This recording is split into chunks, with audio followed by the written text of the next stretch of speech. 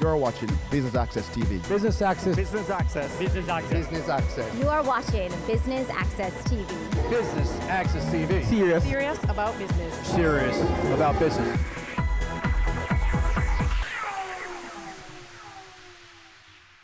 Business Access TV comes to you from the PSOJ's President's Forum, hosted by NCB under the theme Digitization Day One Mindset. Stay with us for the highlights. Now, you know that digital technologies has reshaped the whole international development, our whole life, really. And it is one of those aspects in the new paradigm of technology. And it is imperative that our businesses understand the importance of digitization. Many of you, I look in the room, who probably, some of you, not all, might have been around probably 20, 30, 40 years ago and had all these files, and you would go to meetings with files, and then you realize all of a sudden you have no space to store the files, right? And what happens if there is flooding or there is fire? Right? So it's very important. And we need to keep pace with what is happening in terms of technology. Digitization is just one of them. Over the past year, the PSOJ has been heard to speak on a plethora of issues across a wide subject area of national life. This activity has engendered some criticism as to its appropriateness and authority to do so. And it is, I submit, necessary for me to make, hopefully, an evidence-based response to some of these criticisms. Let me point out that in democracies and non-statist countries such as ours, the private sector, the civil society, are partners with the government and with the state, and should be, the private sector in particular, should be the engine of growth, innovation, creativity, and change. The state then assumes the role of facilitator and regulator of the economy and of social life. Secondly, the path that Jamaica has taken over the past several decades is one which requires that the state move away from the control of the commanding heights of the economy and allow for participation by the private sector to a much greater degree in ensuring growth and development through enterprise and the investment of private capital. This implies a much greater degree of independence, involvement, participation, and dialogue. And yes, criticism. Not only by the private sector, but indeed civil society in general. It can't be any other way unless we want to return to the days of Bakramasa and clientelism. So in attempting to do the job that some people unfortunately and probably mistakenly gave to me, I want to encourage each and every one of us to take up our God-given burden and to shoulder it in furtherance of a common objective, the betterment of our nation and its people, without fear or favor, prejudice or bias, like or dislike. We can't have it both ways. Either we give back control to one set of rulers or the other, or we encourage, cajole, coerce, demand, and persuade leadership from the set of managers that we choose through the democratic process of elections from time to time. Thirdly, the decision that we have made in the last decade to cast off the yoke of a low-wage economy,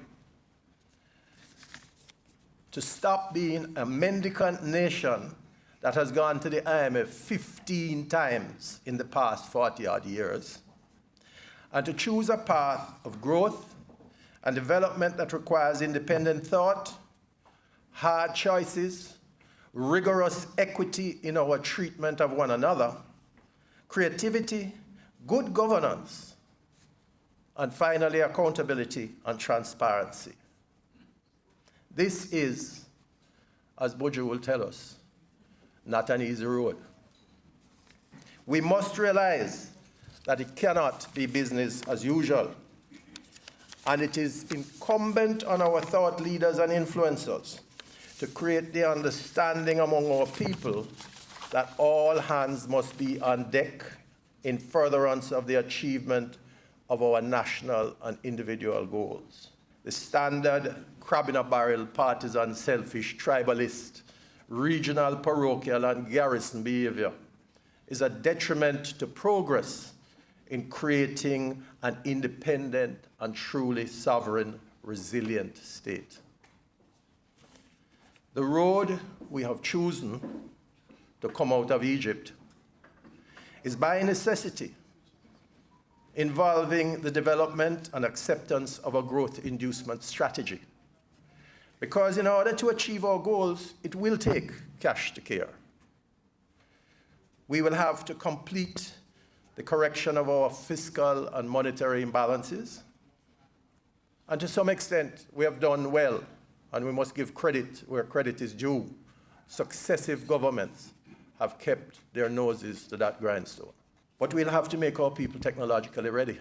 We have to correct the underutilization of our productive capacity, the economic waste of our capital, and the concentration of our capital in highly capital intensive sectors and economic enclaves.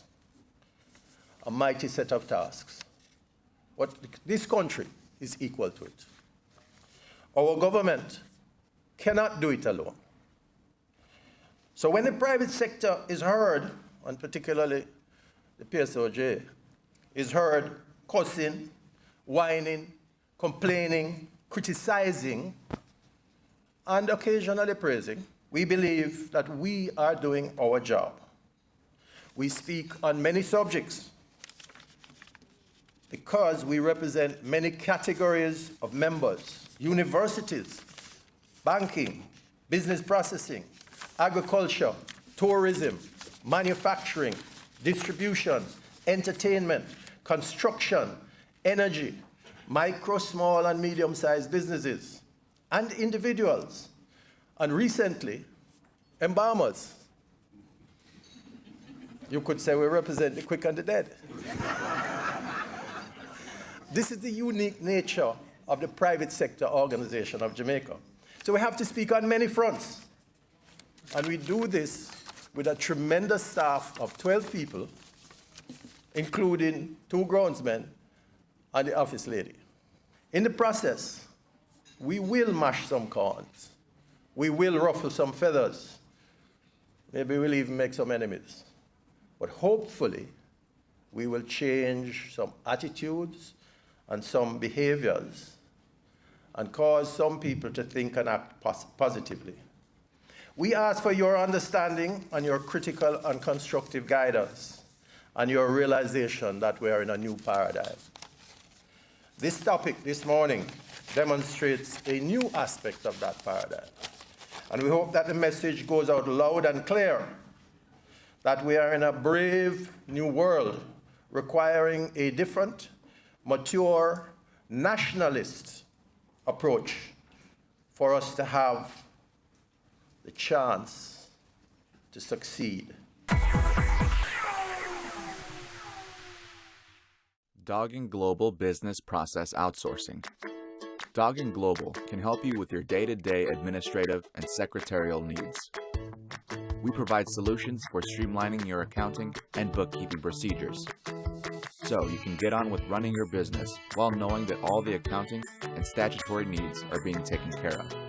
Our BPO services include the following: bookkeeping, preparation of budgets, management accounts, and periodic financial analyses, provision of temporary or part-time accounting assistance, design and implementation of accounting systems, preparation of accounting manuals, payroll services, corporate secretarial services, assisting clients with their business entry strategy into the country, setting up new legal entities, maintaining minutes and other legal documents, non-executive directorships, preparing and submitting annual returns.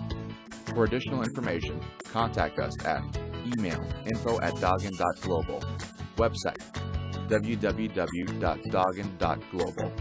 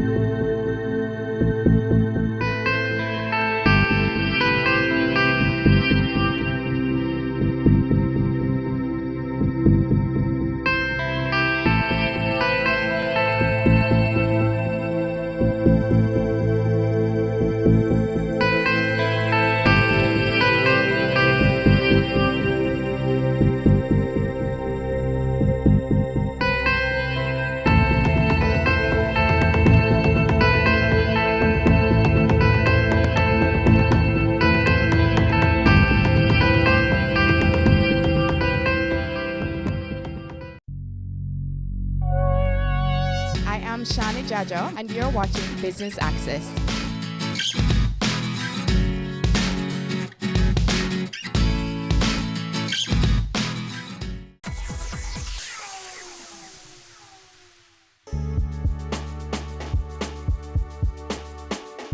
It has always been a great opportunity to meet with some of the finest stewards of the nation's business and entrepreneurs at this much anticipated bi-monthly roundtable forum. I thank the PSOJ and other partners for your unrelenting support of and drive to further the development of our beloved nation.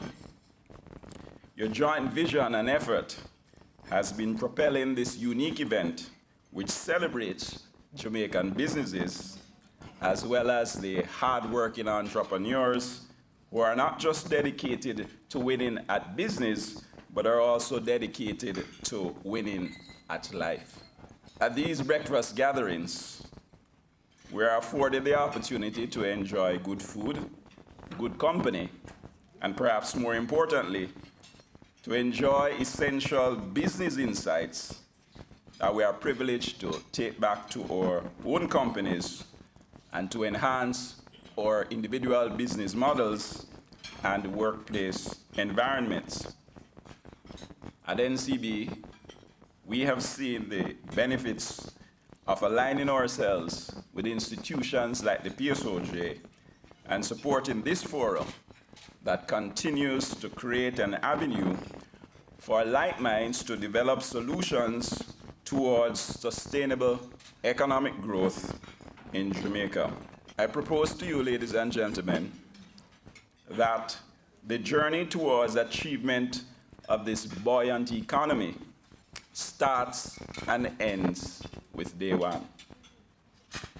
I invite you to think back to the first day of the most exciting journey you have ever embarked on.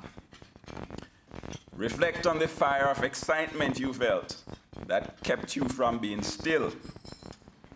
Your heart was racing with anticipation, perhaps, enthusiasm, and for some, a bit of anxiety. Perhaps it was the day that you entered university, or the day you were promoted to an executive level position, or perhaps for some, the day that you started your first business. It could even have been the day when you got a novel idea. While you may not have been sure how things would have turned out, you knew deep down that this had the possibility of being huge.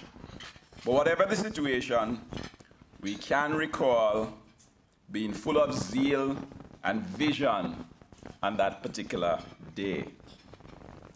We had great plans, and our brains were teeming with ideas. For us, the sky was the limit. The world was our oyster. And anything, well, no, everything was possible. This is the energy and invincibility that categorizes Day One. At NCB, it is always Day One. It was Amazon founder and CEO Jeff Bezos who made famous the idea of remaining at Day One. The concept, however, is not inherently new, but speaks to maximizing your company's potential, focusing on the big picture, and remaining zealous in our quest for success. Still, it is surprising how many businesses have regressed to Day Two and died. That is why innovation and vision continue to be pivotal in the success of businesses. In the words of American physicist William Pollard, and I quote, "Learning and innovation go hand in hand. The arrogance of success is to think that what you did yesterday will be sufficient for tomorrow." End of quote. And he was right. Wouldn't you agree? So, accepting this to be true, at NCB, we have developed and adopted the core principles. We have adopted the core principles of Day One, which are now fast becoming our culture, are now fast becoming the way of life at NCB. These principles include the following 4 key ideas. And the first idea, the first principle of Day One is being customer obsessed. Many of us here today are in the customer facing business, and we all have customers as businesses. So being customer obsessed is the first principle of Day One. The second is resisting proxies. The third principle, embracing global trends. And fourth and finally, making high quality decisions at high velocity. And these practices have been effective in helping us to gain record profits as well as achieving our 2020 strategy, which is NCB 2.0, faster, simpler, stronger, raising the bar and setting the standard for the financial services industry. Allow me please to highlight just a few other ways in which we at NCB have implemented these principles in our own operations and the success that we have garnered. Let's focus on the first principle, that is being customer obsessed. Former Apple CEO Steve Jobs said, and I quote, "Our belief was that if we kept putting great products in front of our customers, then they would continue to open their wallets." End quote. It has been working for Apple, and I dare say that I believe it is working for us. Truth is that technology is the way of the future. Our customers want faster, hassle-free service, and we aim to meet the needs of these customers. To that end, we avoid being preoccupied with the affairs of our competitors, but instead, we keep focused on our clients, listening to what they have to say, and then upping the ante, remaining one step ahead. And our work speaks for itself. Of late, we have embarked on enhancing how we serve our customers with the aim of exceeding their expectations and providing them with more technologically based banking options with which we were first to market. Some of these include the following: our online account opening, and this allows our customers to open accounts online in as little as 5 minutes. To execute this solution, we also introduced the self-service account opening option in branches via our online portal. Then too, we have changed the face of lending with the introduction of our fully digital instant loan. And this is a term facility which is fulfilled 100% digitally. More recently, we introduced our pay advance loan. And this is a monthly facility which is offered to customers of NCB. And this facility attracts no interest. It is repayable in 1 month from the salaries of our clients that are deposited with us, principal along with a fee. And our customers are pre-approved and can avail themselves of these funds at their convenience at the touch of a button through our online portal. For the many customers who continue to be served through a branch network, we have enhanced our lending platform to deliver straight-through processing. And this process sees our unsecured customers, unsecured consumer loan customers, as well as our credit card customers having their proceeds credited their accounts prior to leaving the sales officer. Share with us the journey you've had being here for 7 months and now that you leave. It was a very good journey. I learned a lot. As you know, I'm also a member of the PSOJ. And so it was good for me to get to see what was happening on the other side. And so I think we have done an awesome work with a very small staff that we have. We continue to put on functions and to find topics that were of interest and of relevance. I mean, this one was very good, and I recall the one we did in May on disaster preparedness and risk management. And we did that really to be having it before the hurricane season. So we try to find topics and speakers that are relevant to the particular time. So it has been a very good journey. I think if you don't take it on, whether you're going to do it in your, you see, you need to use it, utilize it in your business processes. I can tell you, I have been involved in companies that have done it, and it has made tremendous difference to the offering of service to the customer. So delivering good service really is not just front house. It really starts in the back room, the back office.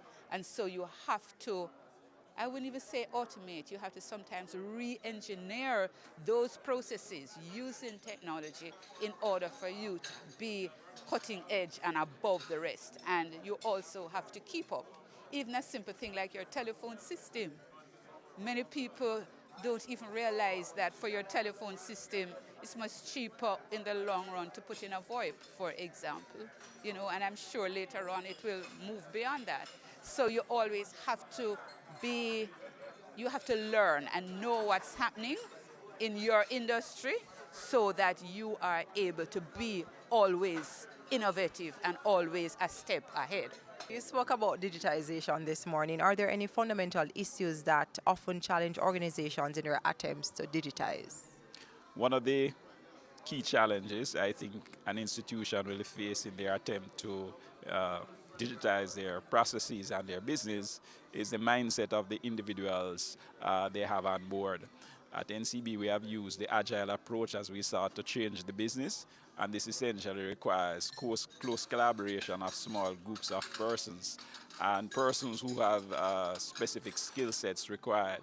And what we find in companies may not readily and individuals may not readily give up power, decision-making, autonomy to junior persons within the organization, but we find that method of working really helps to accelerate the decision-making, and the decisions are made at the level where persons are interacting most closely to the customers or end users of our products. So that's one key challenge. The other challenge that I think institutions will find is the available key resources. Many of the skill sets that are required are not readily available, and because many companies are embarking on this journey, we find that the demand is high, The demand is high for developers, it's high for programmers, it's high for Scrum Masters. We at NCB have had to do much of our training internally for our Scrum Masters, for example, and supplemented resource requirements with persons from the outside. So these are two key challenges that I think that institutions will face. In addition, I think as well, just the pace at which decisions now have to be made. They have to be made with higher velocity. And traditional institutions tend to be hierarchical, very bureaucratic. The agile way of working requires decisions to be made very quickly. So that requires a mindset shift within organizations that are embarking on these journeys. It requires focus, it requires dedication, it requires executive commitment, and not just paying with service, but really assigning time and assigning resources to ensure that the journey is successful. It has to be funded. It is not inexpensive, but it's an investment in delivering quality service for our customers, and therefore is one that has to be made. It has to have executive commitment from the get-go if companies are to be successful. Digitization in and of itself is not a strategy. Really, digitization essentially is part of the business strategy and serves to enhance the overall business goals and objective of the institution, and therefore it has to be viewed in that context. That's it from us here. Until next time, keep it locked to Business Access TV, serious about business.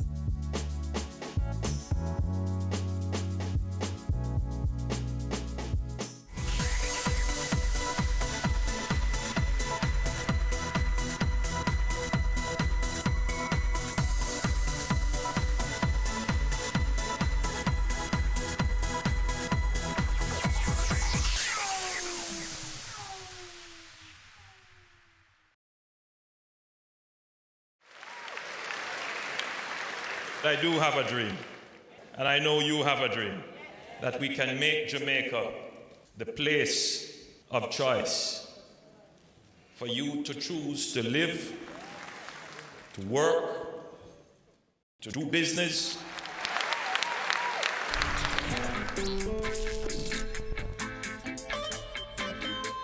We are going for the Jamaica we want.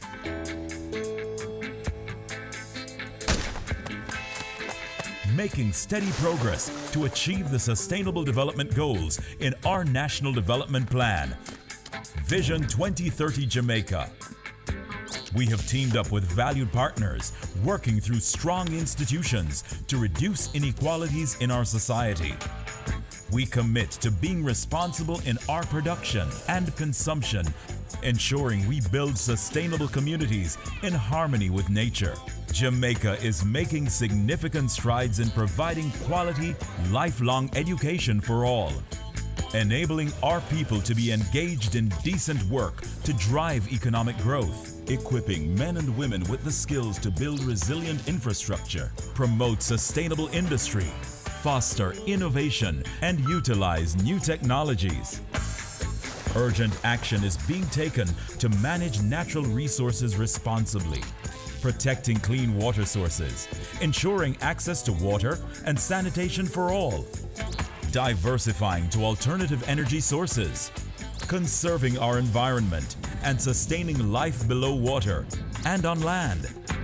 Jamaica is making moves to ensure healthy lifestyles for the well-being of our people.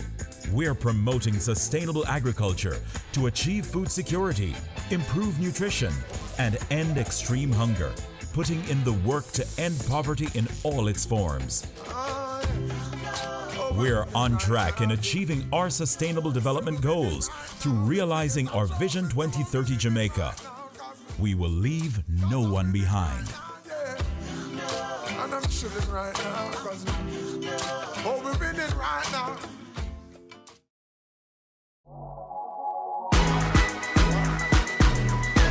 The Good Life, your trusted source for useful health and wellness information, lifestyle tips for the mind, body, and soul.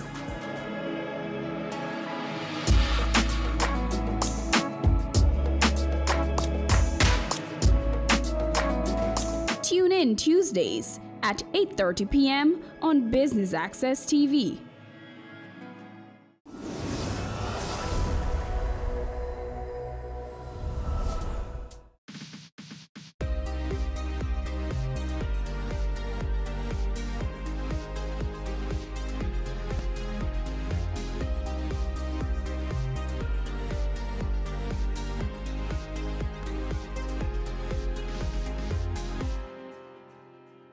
Jamaica is well on its way to becoming a digital society by the year 2030.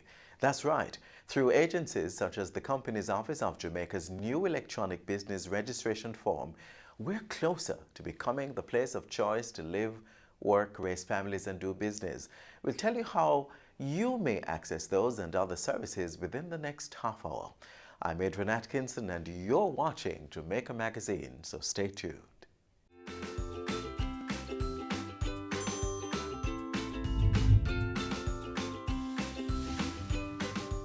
Prime Minister Andrew Holness in August launched the Companies Office of Jamaica's electronic business registration form.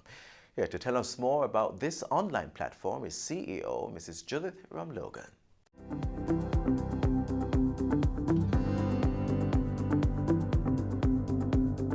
Welcome to Get the Facts, a program that provides you with information on government's policies and initiatives. I'm your host, Anthros Campbell. The electronic business registration form was launched by the Companies Office of Jamaica, the COJ, on August 7 this year. This online platform seeks to replace the manual paper registration form and simplify the process of doing business. To speak more on this is the Chief Executive Officer of the COJ, Judith Ramlogan. Welcome to the program. Thank you. All right, so you have a new business form, yes? Registration form. Tell us, what was it like before? Tell us about the history of doing business with the COJ before this form. Okay, the electronic business registration form is just a way of bringing the business registration form, or as most people know it, the super form, online. So before the super form, we implemented the super form, or we launched the super form in 2014.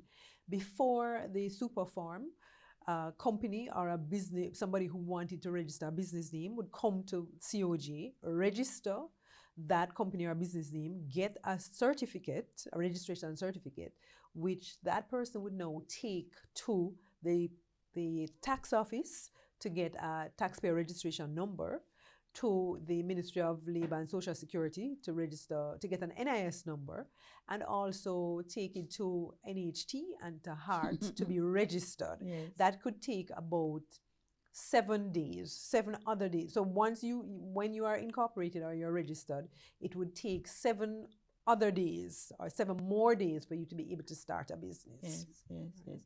So that posed significant challenges. But you had addressed that going to the different places. Right. With the business registration form. With this form. Right. The super form. The super form, yes. Right. So what we have done is converted the manual super form into an electronic form. So that is what the electronic business registration form is about. So tell me about this prior system. How did it impact operations and business and so on, apart from you having to wait 7 days? Well, the time is money. So what it would mean is that company or a business person could not start operations until he visited all those other business startup agencies. Right. And the visit would take just the one day you go to wherever would solve sometimes it could take a day. Sometimes it, depending on whether you met all the requirements at the first go, maybe you'd have to go back to those agencies. Yes. But tell me now, so moving into this new system, tell us, what are some of the things you had to do? Did you have to retrain? Tell us about that. Well, we had to develop a form, right? We had to develop a form, and we learned that, the manual form, it's not possible to just convert it to an electronic form. So we had to develop the form. We had to get developers IT developers to develop the form. We had to get eGov Jamaica Limited to help us with that, right? So it was a long, engaged process. We had to convert our legal rules to electronic rules, right? So, it was a long and involved process, and it took longer than we thought it would.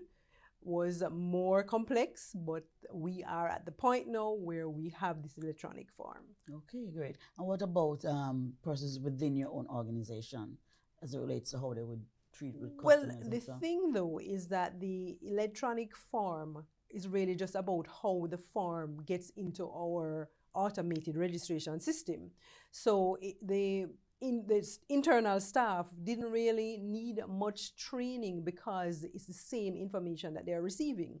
It's just a comparison. You know, you either walk in and present us with the form, or you send it to us by electronically. Yes, yes. So when it comes into our internal system, it's the same process. Right. What kind of numbers are you talking about as it relates to the people coming each day? Well, the thing is that we in the last year we've registered more than, I would say, 10,000 business names.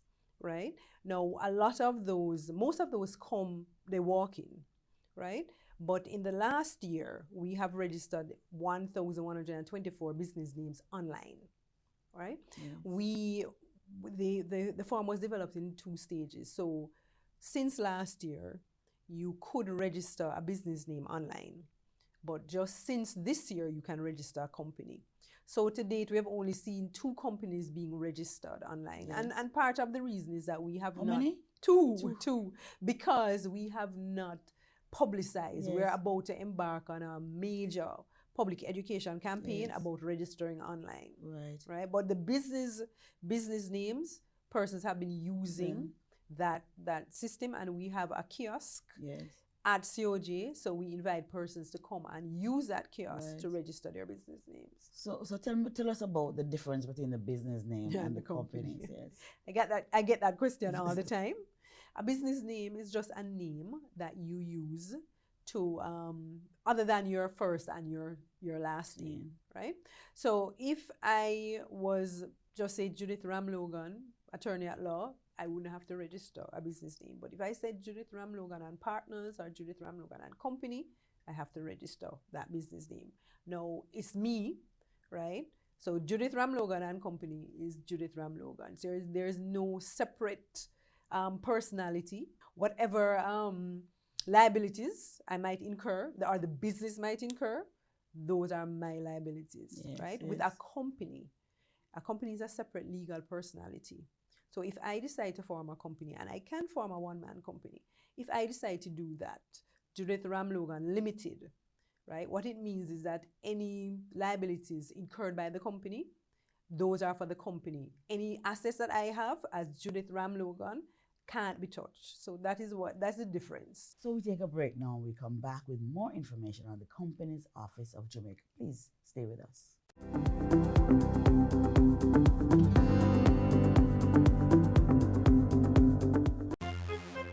Mosquitoes can spread diseases such as dengue fever. Protect yourself from mosquito bites. Use a mosquito repellent that contains DEET. Sleep under a mosquito net, close windows before dark, open windows and doors during fogging, cover your body as much as possible, and wear light-colored clothing. Protect yourself from dengue and other mosquito-borne diseases.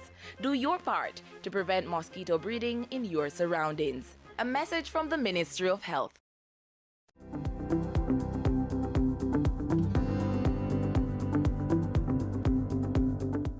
Welcome back to Get the Facts with the Chief Executive Officer of the Companies Office of Jamaica, Judith Ramlogan.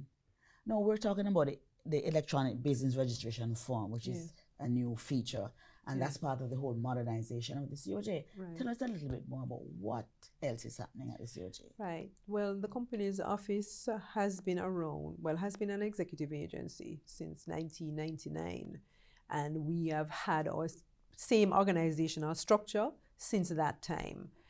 We have changed mandates several times, but our organizational structure is still the same. And so a strategic review of our operations was done, I think 3 years ago. And one of the main recommendations was that we do a business process re-engineering, so that we could have a better fit between our organization and our mandate. So the Strategic Public Sector Modernization Project out of the Ministry of Finance is assisting us with some funding from the World Bank to undertake this business process re-engineering. Right. So that is a major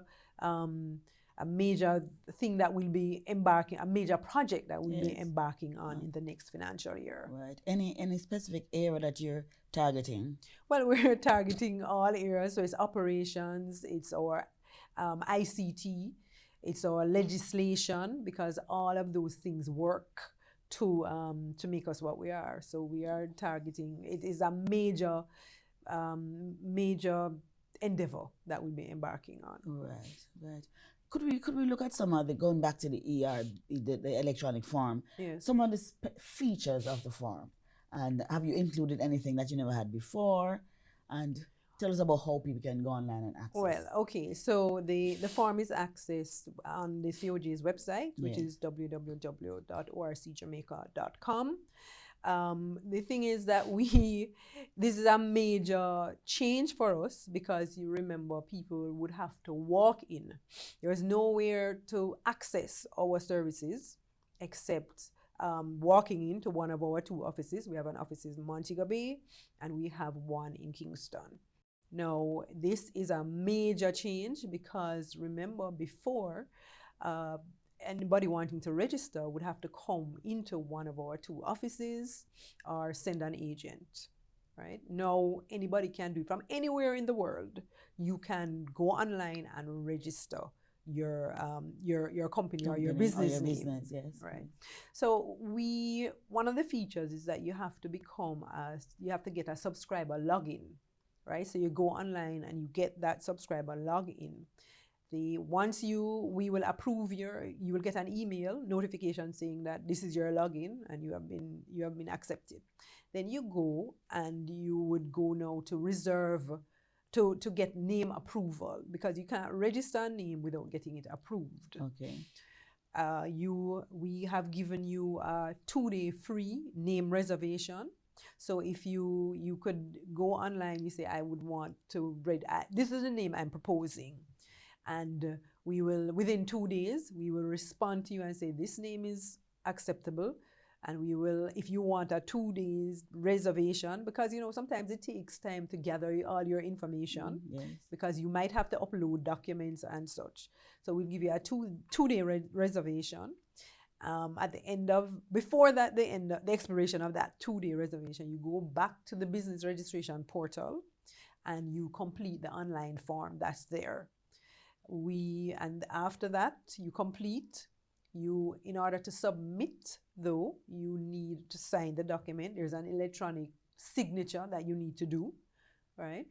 You need to upload any documents that we will require, because we will require a government-issued ID. We will require proof of address, of your home address. And if there are any certifications, because sometimes if you use a particular word, like legal or medical, you have to show that you are certified to practice in those areas. So you upload all of that information. If you're not Jamaican, you'll have to prove nationality. You'll upload that as well.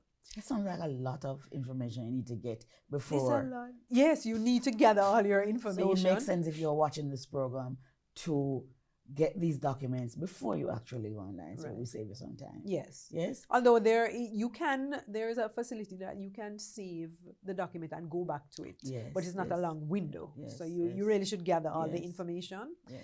And then you upload all that information, and in 2 days, we will send you a notification to say that your company or your business name has been registered. Yes. The reason why it takes so long at this time is that we have to look at each name that is proposed. But we are working on what we call a name search algorithm that will help us to automatically approve most names. Great. Good. So tell me about, as we wrap, tell me about your major, remind us of your mandate. The Companies Office mandate is really to administer the Companies Act and the Registration of Business Names Act. So what it means that we're responsible for registration and regulation of those 2 types of entities. We are also responsible, of course, because we are a registry, so people file documents with us. Yes. Right? So we have a large store of information and we are responsible for managing that. And I just want persons to know that you can search our databases, because there's not much information at the Companies Office that is private. All of it is public. We charge you fees to search, but they're manageable. You can search. So you have to be a subscriber to our website, right? First, I should say, though, that if you wanted to search to see whether a name is available or a company has been registered, you can do that free of cost. But if you are going to be doing a detailed search, like you want to know who are the shareholders or who are the directors of a company, then we will charge you. Okay. There's a subscription fee, and then every page you search, I think, is $50 that we charge for that. You do your own printing, so there's no charge for that. Okay. I also want to mention that we are responsible for administering the National Security Interest in Personal Property database. Yes. Right? So and on that database, or on that registry, what happens is that secured creditors register notices of any interest that they have taken in personal property. So everything other than mortgages, those notices come to the NSIP registry. Yes, right. Okay, I would like to remind you that you can register your company or business name online. You don't need to walk into the COJ's offices. You can do that online. And if you need any help, call us. We can help you. We can hold your hand. What are your numbers? Well, the number that I would tell you, COJ numbers 908-441-9223. But our IT line is 920-1990. Thank you so much. This has been Get the Facts with our guest Judith Rum-Logan, Chief Executive Officer of the Company's Office of Jamaica. To watch this program again, log on to our social media handle YouTube/WatchJIS and stay connected via our website at jis.gov.jm. Until next time, I'm Anthros Campbell. Take care.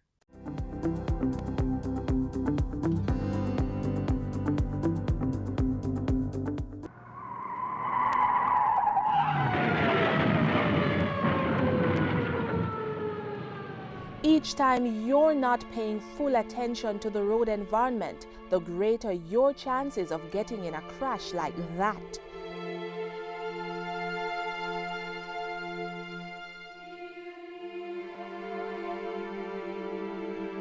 Plan routes to avoid focusing on GPS systems, prevent children from roaming in motor vehicles, turn down the volume of car stereo systems, pull off the roadway if you have to use mobile devices, do not read, watch television or eat while driving, avoid multitasking, and keep conversations with other passengers to a minimum.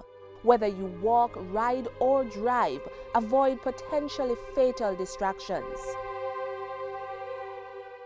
The Microcredit Act seeks to protect citizens while it regulates operators within the microloans sector. Listen closely as Minister Floyd Green tells us more.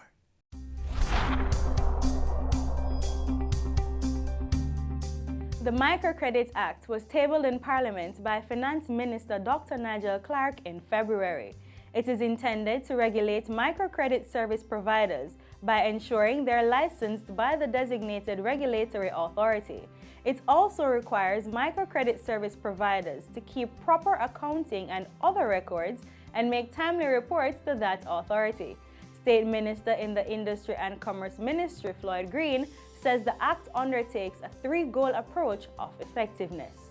The first goal is to see to the growth of the sector, because we believe to grow any sector, there has to be a system of rules that the players understand that this is how they participate in the sector. And every time you formalize, regulate, put in place rules that everybody has to play by, once it is done in an inclusive fashion, the sectors grow. The other goal of the microcredit bill will be to ensure that our consumers are protected. The reality is that in any relationships of this nature, right across all the services that are provided in finance, there must be an avenue through which government seeks to protect its consumers. And the third goal, I would say, is to ensure that we weed out those in the industry who do not mean well, who are not playing by fair rules. Those are the three goals, and I think all of us are aligned around those goals.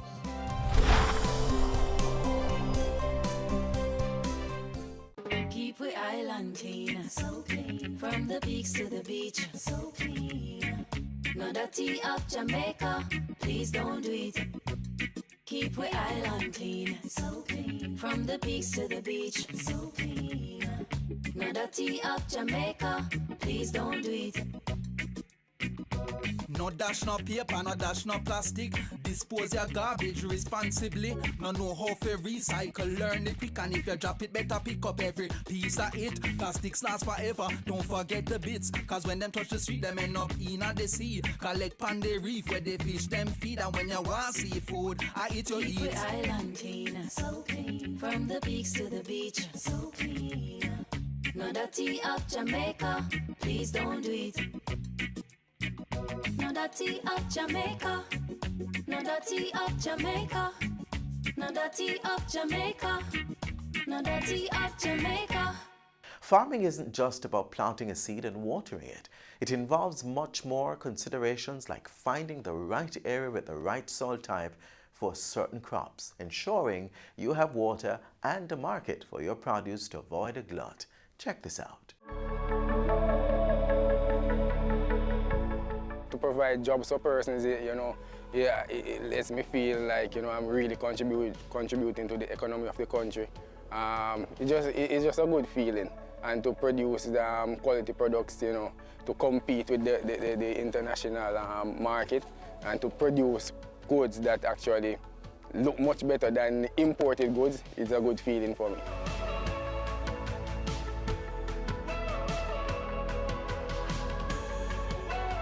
Agro Investment Corporation continue to scout for lands in Jamaica that are best suited for agricultural production through the National Land Agency and the Commission of Lands, and also with private enterprises. So wherever there is unused government lands or private lands, Agro Investment Corporation will profile these lands. So by now, we should all be aware of the benefits of leasing lands from the government. But once you've leased the land, how do you maximize returns? Well, knowing the soil type is important. For instance, did you know that over in the Ebony Park Spring Plain Agro Park, the soil type impacts the kinds of crops that can be planted there? Ebony Park Agro Park is about 1,100 acres, and likewise the Spring Plain, and that's roughly all the lands within there. There are areas of non-arable areas, but there are arable areas. Arable areas amount on the Ebony Park side to about 800 acres. There's a lot of different soil types, predominantly Bonegate, clay loam. Basically anything can grow here. Once it requires a pH of about 6.5 to about 7. There are pockets where the pH might fall to about 5.5, 5.8. So if there's a crop that needs to be having a lower pH, soil could be amended to facilitate that. But basically anything will grow. So let's revisit our checklist. We've applied and submitted all the necessary documentations, including proof of our capacity to invest in the land. We've learned about soil types and pH balances in the soil. What's next after you've been approved? They would assign you a plot number, or they'd give you a designated area to where you'd be assigned. I guess you'd view it to see maybe what you'd need to do. If it needs a bit of clearing, you might want to look at that, how you go about doing that. You'll be advised as to the best way to get that done. You might want to go to the NIC because our water is pressurized, and so the NIC supplies it. So a part of your contract would give you the ability to go to NIC with tenure of land, and then they would then come and put your meter on so that you get ready supply for water. We also offer tractor services to plow, harrow, farrow, and other activities that you might want, rotovate and so on, for your lands. So you'll be able to do that. Once you do that, we could tell you of maybe different cycles, crop cycles, where you might want to plant, best time for certain crop. You might be able to go out of these seasons, but at least we'll be able to tell you that this crop does well in a particular season. The risk might be higher in another season, but so might be the returns. So you could get advice as to that. So local advice will be there ready for you. Meet Henry Givens, a youth farmer who is a beneficiary of this initiative. He started out acquiring just 5 acres of land, and today he is up to 15. Givens plants various crops at different stages, including Scotch bonnet pepper, sweet potato, and Maruga red watermelons, as well as slicing and plummy tomatoes. Leasing land from the government, it is beneficial, and at the point where I would actually want to lease more if available. You know, I am not employed otherwise, so it allows me to take care of my 2 babies, and it allows me to eat and, you know, survive. So it is something very beneficial, I would say. Life here at Ebony Park, it's twofold. You know, it's good sometimes and sometimes it's challenging.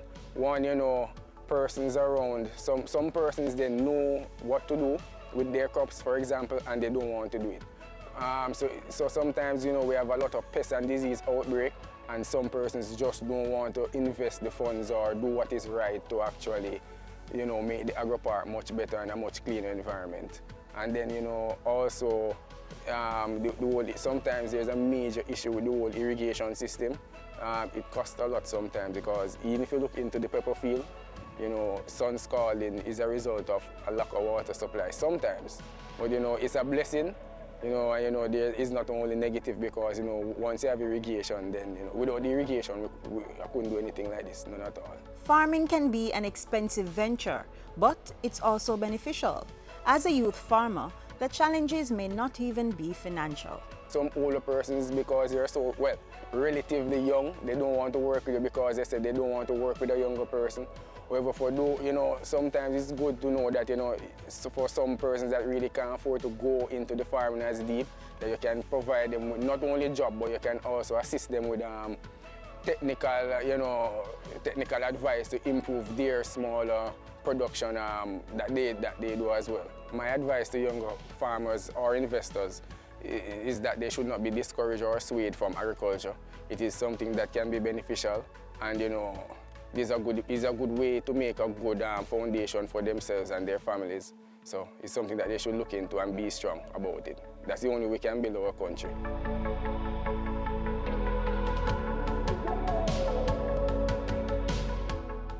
$650 students, $100 million. How are they connected? Through the Hospitality and Tourism Management Program offered at 32 high schools across the island. It's a 2-year program to equip future tourism workers with the requisite skills to meet the demands of the growing global industry.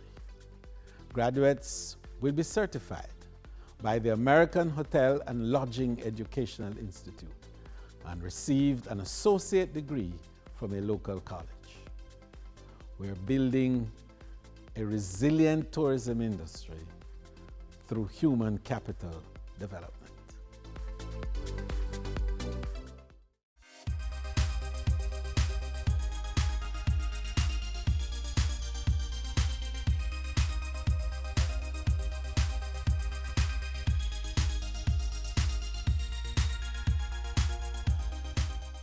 If you no want pop down and fenke, you fi burn mosquito and run with dengue. So no make water cycle in open container. For them we read up under the danger. Usher them out, run them away.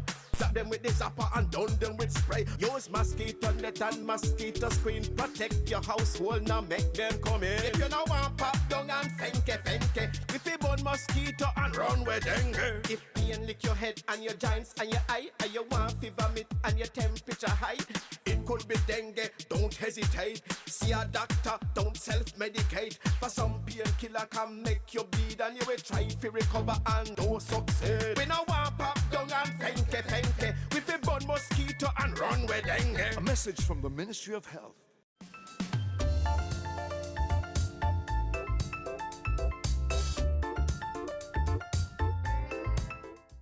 Thanks for watching another edition of Jamaica Magazine. Do join us again tomorrow when we'll do this all over again.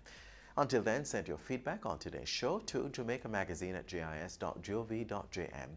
Also follow us on our social media pages, gis.gov.jm, or subscribing to our YouTube channel. You may also find us on all the major social media platforms. On behalf of the entire production team here at the GIS, I'm Adrian Atkinson. Thanks for watching. This has been a production of the Jamaica Information Service, the voice of Jamaica.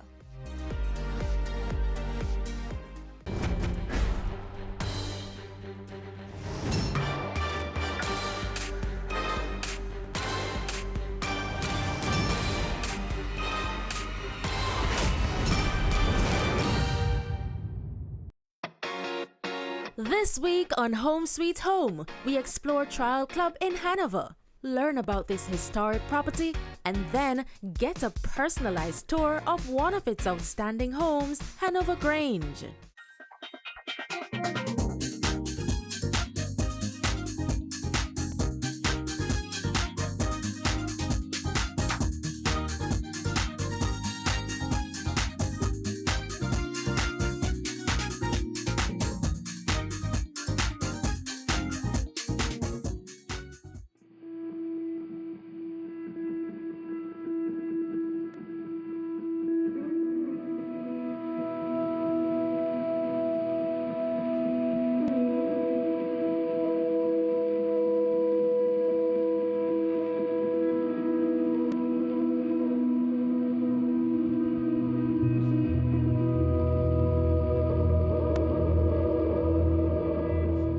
Trial has always fascinated me, and I've known it since the late 1960s. It's an indelible part of the national heritage of Jamaica, and it's listed as such in Kingston.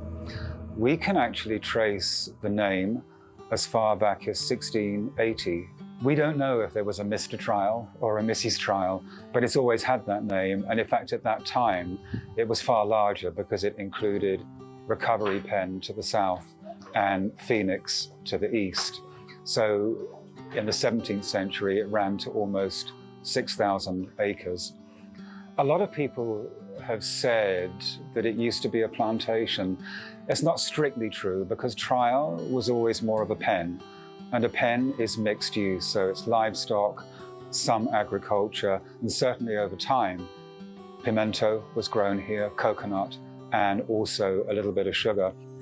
One of the most remarkable things about Trial is the 2,500 acres which we occupy. I would say probably 65% of it is kept as a nature reserve. It's also a place where, because of the natural beauty, people automatically disengage and they decompress. It's very serendipitous, and it's also very therapeutic. In 1957, Trial was sold to a group of American entrepreneurs, including a Rockefeller.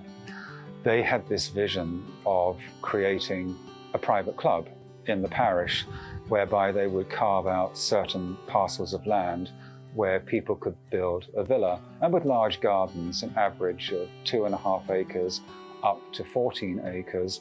And today we have 89 villas, and there is a cap on 100. It won't go above 100, but it's actually unlikely that we would ever get there because we took away some of the parcels of land that were for sale. We decided we didn't want to lose the natural habitat of that land, and we wanted to preserve it for future generations. So we're very much a lifestyle proposition, beloved by families, and we're a destination that passes down through the generations. So people that came here as children in the 60s, they now come here with their children, often bringing their grandparents with them. And that's one of the most remarkable things about Trial.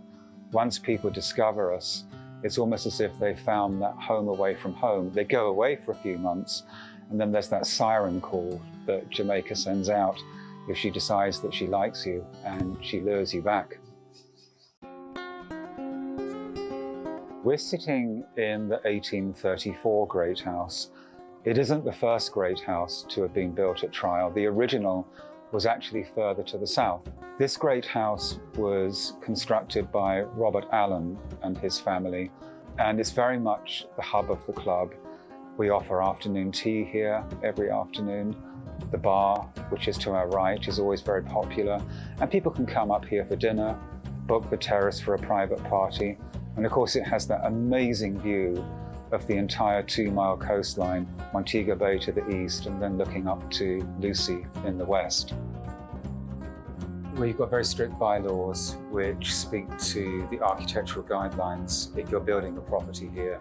And it's really important because it protects and preserves the look of Trial, but it also very much is as an aid to people that have never built in the tropics before. So it's how to construct a house for this climate, making use of the natural flow of air. You don't want to build something that's completely sealed in, otherwise you're going to boil yourself inside. There's also a height restriction, so it's 25 feet from the grade of the front step up to the ridge of the roof. And you have to use cedar shakes when you're putting the roof on so that it's a uniform look right the way throughout the property. But if you drive around, you'll see really interesting and diverse architectural styles, and yet they all conform.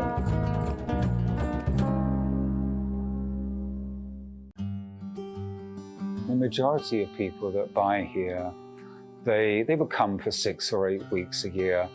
Otherwise, the house is put into the rental pool, so it's available for people to rent. Then we have a handful of homeowners who don't rent. They live here permanently, or they just don't want to, and they keep the home for family or for friends. But by and large, people rent. They want to try and offset some of the cost of running the villa. It is expensive.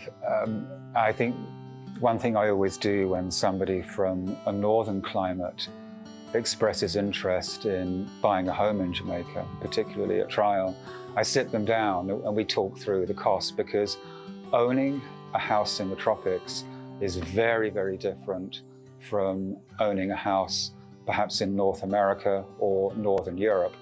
Tropical climates put a lot of wear and tear on property, and if you have a villa on the ocean front, you can multiply that wear and tear several times because of the incursion of salt coming from the ocean carried on the breeze.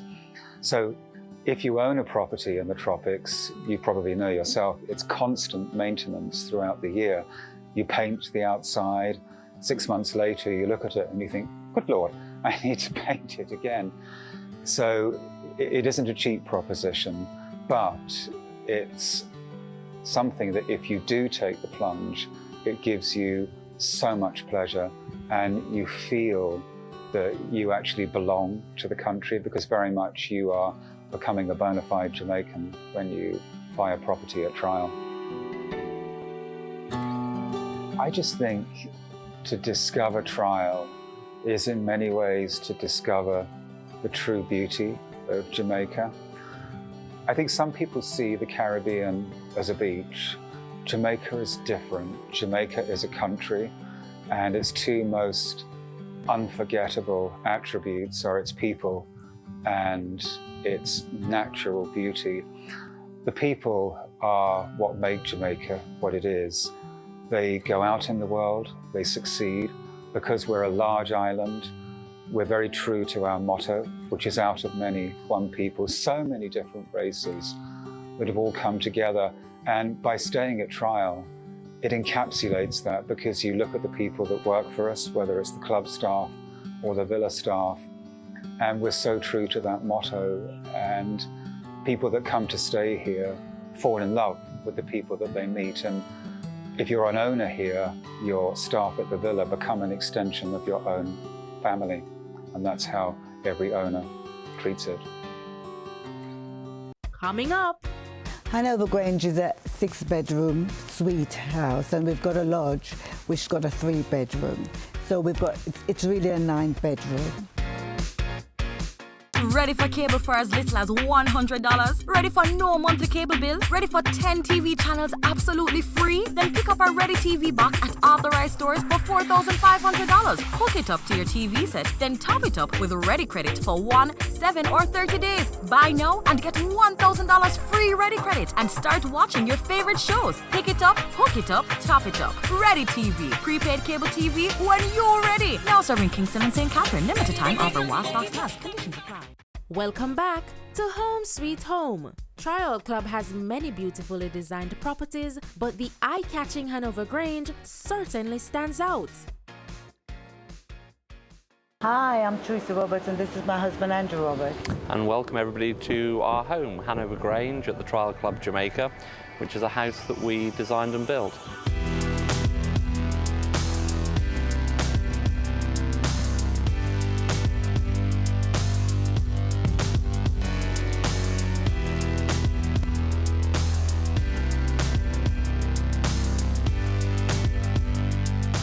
Hanover Grange is a 6-bedroom suite house, and we've got a lodge which got a 3-bedroom. So it's really a 9-bedroom. I wanted to build a house that was already in an area I felt was international. For me, it's important because I know what I wanted to do was to show the world how Jamaicans can come back home and build something special. This is why I chose Trial, because I'm a Jamaican and I wanted to come back and build my house in Jamaica.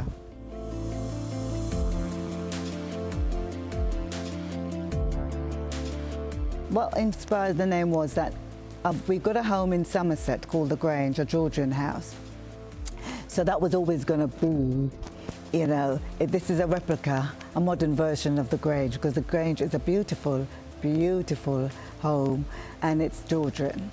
So I obviously wanted to call it The Grange. Now, Hanover is the parish it's in, and The Grange actually means big house. So this is what inspired the name, and my husband immediately thought of that, and it's a beautiful name.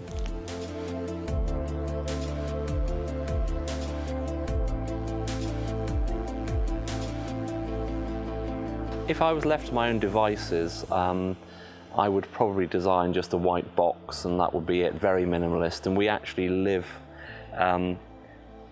our lives, we don't over-decorate things. We like, you know, the less is more sort of philosophy is something that appeals to us. So often in homes people say, oh, it's beautiful, and when's the furniture arriving? So that's a little of our sort of ethos, really. And there are certain constraints around building. On this particular property at Trial, there are various parameters you have to conform to: heights, size of roofs, etc., etc. So working within those parameters, I then tried to get as close as I could to the sort of way that we live our lives. And Teresa had some very specific views about what the house should do, how it should function, and that dictated a lot of the design, really. When I was living in Black River, Jamaica, we had a little wooden house which was beautiful, organic, and it always had a veranda. So I wanted all the bedrooms to have a sort of a veranda feel, where I felt I was up looking out like I did as a child. She very much wanted it to be a family home. A lot of the homes here are divided into pods, where you basically have separate living spaces, but she wanted all the family under one roof. So that was one of the challenges that we had. She also very much wanted a double height ceiling, a double height living room, and so that dictated the way that we came into the house and dropped down, because you can only build so high above the highest point of the land in Trial, because that's one of the club rules. So a lot of what she wanted, she said, this is what I want, this is what I want, this is what I want, and then I had to go away, scratch my head, say, well, these are the club rules, this is what she wants, how do I fit all this within that? And I mean, we used an architect, obviously, but actually I sketched out the first basic design of the house on sort of, you know, a bit of paper at work, and it didn't actually change very much from there. But it was taking all her wishes and needs into consideration and trying to get them to fit within the rules and what we were actually physically able to do. The way that most houses are designed in Jamaica, in order to allow the wind to go through, you don't tend to have surfaces that are not porous in some way. So that's why you have the shutter design. So effectively, if there's a hurricane, what you're trying to avoid is the roof popping off. We quite like glass and the feeling of solidity. So what we designed in was something with hurricane-proof glass that was brought over from Miami in the end. So it's special toughened, strengthened glass. And we like the ability to actually shut the whole house up and have that sort of cozy feeling, going back to the family nature of it. So that was something that you see, I don't think anywhere else actually on Trial has that I've seen. It's quite a modern sort of feature, and we were very pleased with it in the end, so a team had to come over from Miami to fit that.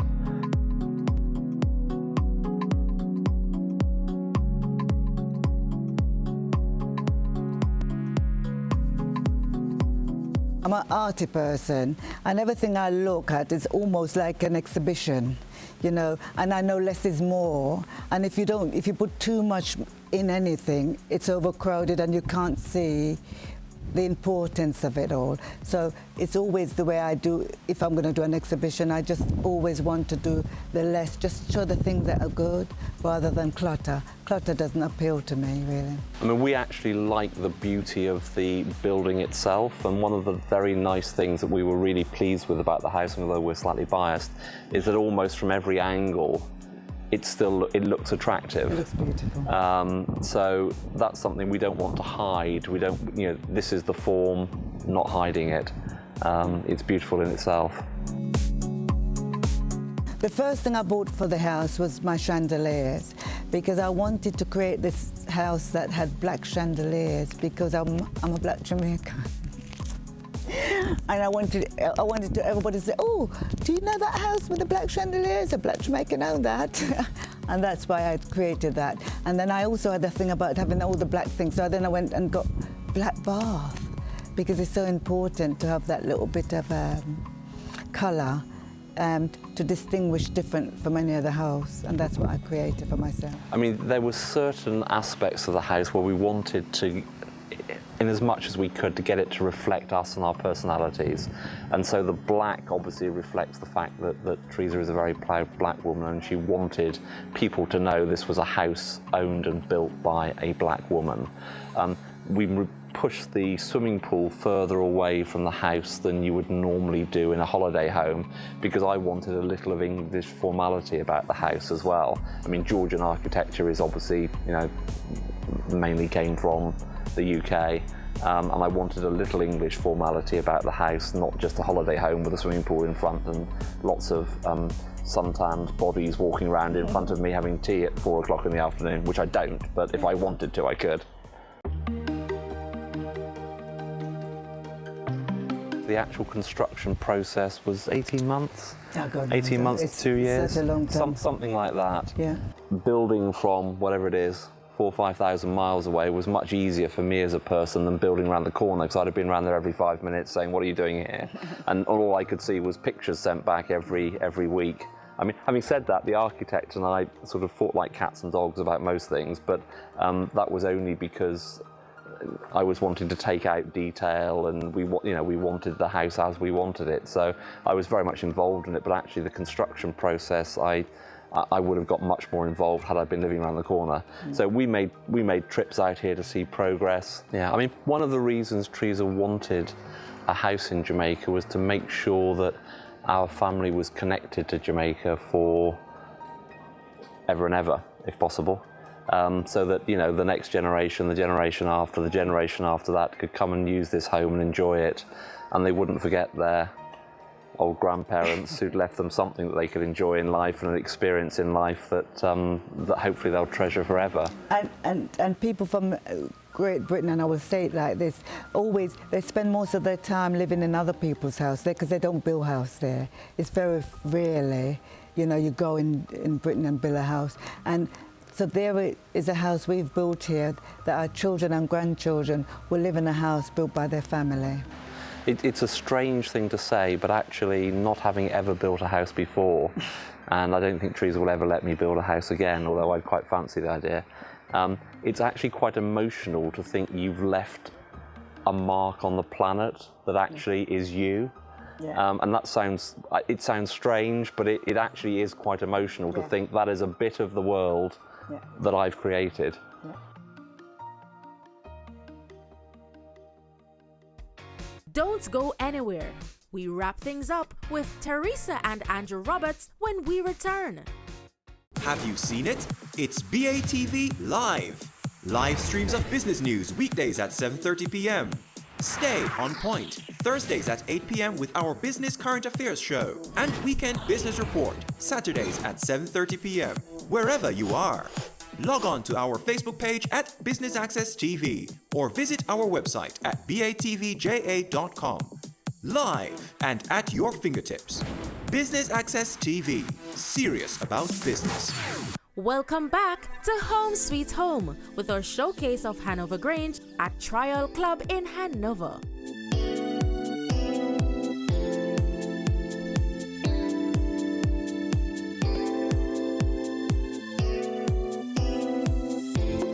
We we'd love to be able to claim credit for designing the house and making it perfect for entertaining, but in truth, I think what Teresa wanted with the double height living area was the ability to make a grand entrance down the staircase. And the grand entrance down the staircase just happens to double up as a stage and provide a perfect sort of entertaining space. So that was, I'd like to claim some credit for that, but the truth is something a little different. Yeah. We've had lots of opera singers coming from France, coming from the UK. You know, Willard White, we have his wife. We had also Jules Saint-Jean from Nice and Cat Ferrat. So, and we have the most beautiful opera events in Hanover Grange. Also, we've had fashion shows. Isabel Christensen come all the way from Monaco to do a fashion show here, and it was beautiful. I hadn't realised how versatile this house was until all that. And the more I was hosting events, the more I fell in love and couldn't believe what we really created, really. And then it goes for the weddings. The weddings here, we have wonderful weddings here, and it's the most beautiful thing. And even that filled me with a great sense of achievement, because we didn't build it as a wedding house, but we just love the amount of weddings we have here and how beautiful it looks. But very much Teresa wanted to bring international guests into Jamaica, to send them away as ambassadors for the country, and bringing them in, she wanted to entertain them in a way that they said, look, Jamaica has the best of everything if you want to go and try it. And so that was the other way that we always use the house. We have sort of big house parties and try and do it in a way that actually makes a contribution to the country and creates some sort of buzz around the country as well. It's not an entirely frivolous thing. I mean, you know, it's great, it's glamorous, it's all those things, but at the same time it does actually achieve something very positive for the country, hopefully.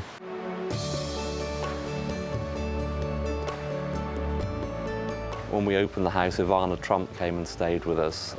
Went down to Sugarcane Ball, but she actually was sitting there watching the chandelier being installed and watching 5 Jamaicans up a tower trying to put the chandelier up, and I think absolutely thinking, what is going to go wrong? Something's going to go, but it all went perfectly.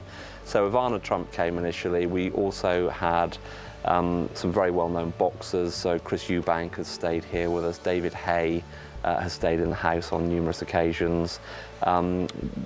We have hosted a lot of people. Misha Paris, the singer, has been here with us. Isabel Christensen, who is the designer who did the fashion show, was staying here with us. Sir Willard White has stayed here with us and sung. We've also had other celebrities staying at the house when we've not been here. So Jim Courier, the tennis player, stayed here with his wife. A very well-known Premiership footballer called Nicky Wells got married here last year. We've also had American basketball players, football players come here and stay. A whole host of people have been through the house.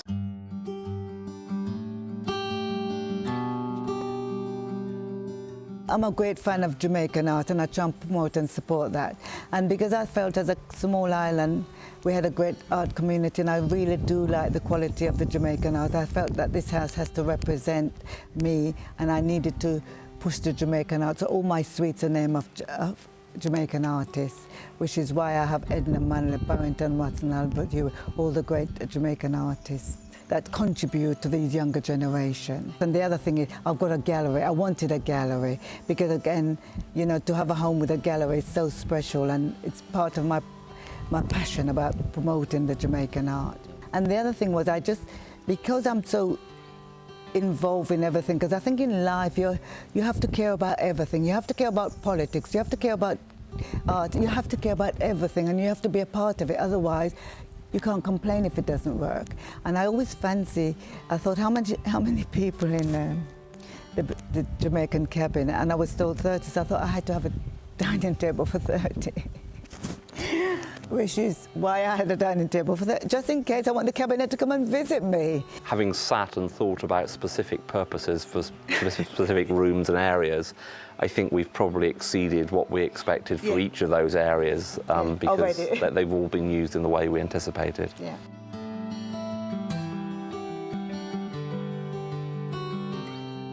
Our bedroom suite differs because we always felt when we have our grandchildren that they sometimes always creep in our beds. So we had to make this big space that in case when they come with their parents, they will come and stay with, even though the parents are here, they will always creep in our bedroom. I think it happened for the first few visits, but now they're so old, they don't bother anymore. No, it was a bit like The Great Escape. They would, at about 4 o'clock in the morning, you'd suddenly hear a crawling of grandchildren coming up from their parents' room to us, and often with videos in their hands saying, please can we watch this now, or something. So it wasn't good for our sleep, but quite nice in lots of other ways. But that is why the space in our bedroom suite is so big, because it was built to accommodate the grandkids. Now, I'm not entirely sure whether this was a con or not, but Teresa's walk-in closet was designed to allow the grandchildren to sleep there. So she said it had to be big enough for the grandchildren to sleep in. They've never slept there, and I'm now wondering whether actually I was just completely taken for a ride on that, and she just wanted a big walk-in closet.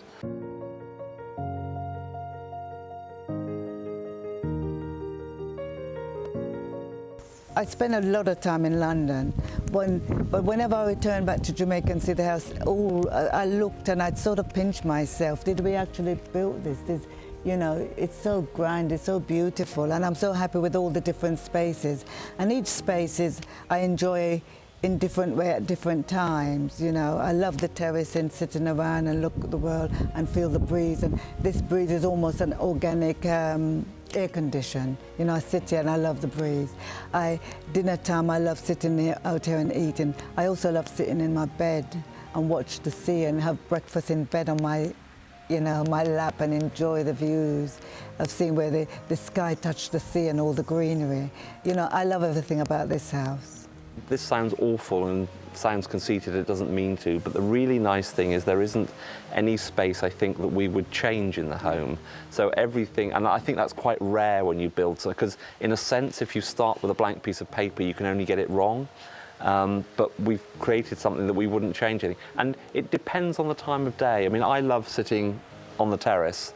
I can sit there from first thing in the morning with cappuccino to last thing at night with a beer and practically not move all day, really. And I'm very happy sitting there, not doing anything very much, just looking at the sea. So that I probably spend more time on the terrace than anywhere else. But different functions, you know, the different spaces all work very well. Yeah. And it's a house that's very private. It's amazing. You could be here with all the bedroom suites with people in and nobody see anybody. It's so private. They've got space to be left alone. They could have lunch or dinner on the terrace. You know, it's a very private house. So every suite has its own terrace where you can sit and eat. Obviously has its own, you know, facilities, so it's all, you know, self-contained for people. I think what people enjoy about homes is that once you've got a home with a chef and a butler and the freedom of space, etc., it's much nicer than being in a hotel. You know, I mean, when we travel in Europe for our family holidays, we wouldn't want to be in a hotel. We go and rent private villas because it's a different style, it's a different feel. It's like home from home, really. I don't like to think about the cost of making this home. It's the old joke, you know, I gave her an unlimited budget and she exceeded it. It was worth every penny, put it that way. The truth is, and this is it's not easy to say, it was not an easy process for us to build this home and to find the money to build it, by any stretch of the imagination. But you can talk about cost and you can talk about value.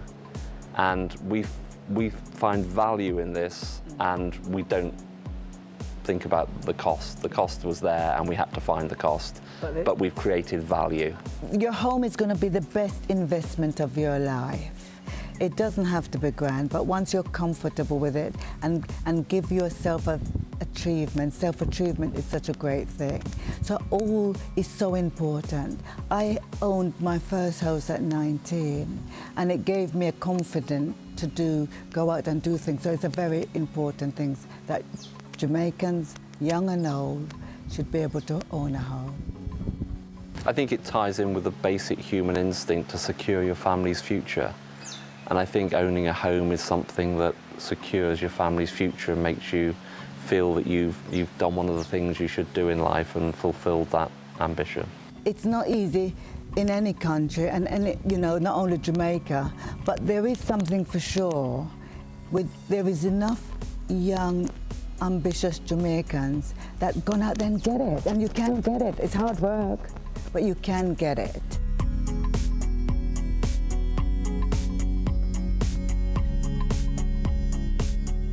Until next time, thanks for watching Home Sweet Home.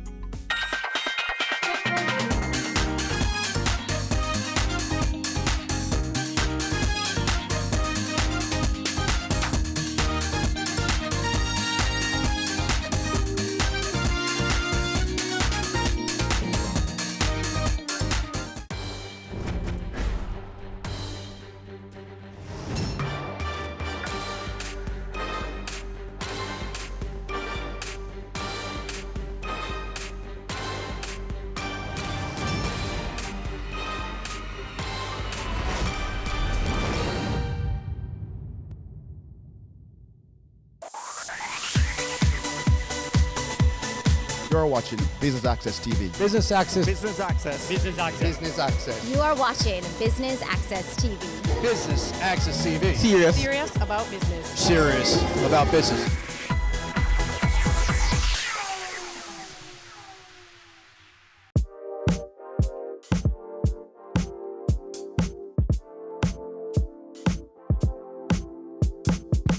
Business Access TV comes to you from the 2018 staging of the PSOJ President's Forum Service Excellence Awards. I'm Javon Keys and we're here to bring you the highlights. Stay tuned. The purpose of this award is really to raise the bar for service excellence in Jamaica.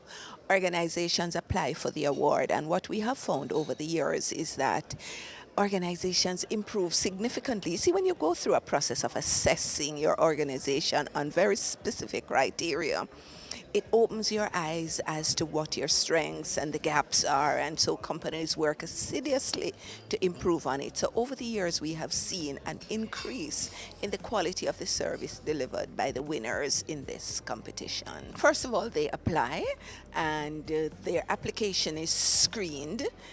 Once they are screened, if they score a particular score, then they are selected and shortlisted for a site visit. Now we have trained examiners who actually go into the organizations to assess the organization against these criteria, looking for objective evidence, because anybody can write anything on an application, but we have to look for the evidence, and then on the basis of that, the panel of assessors get together and submit a report to the panel of adjudicators, which are the judges, of which I'm the chief judge, and it's from that process we select the final winner in 3 categories: the large company, the medium-sized company, and the small company.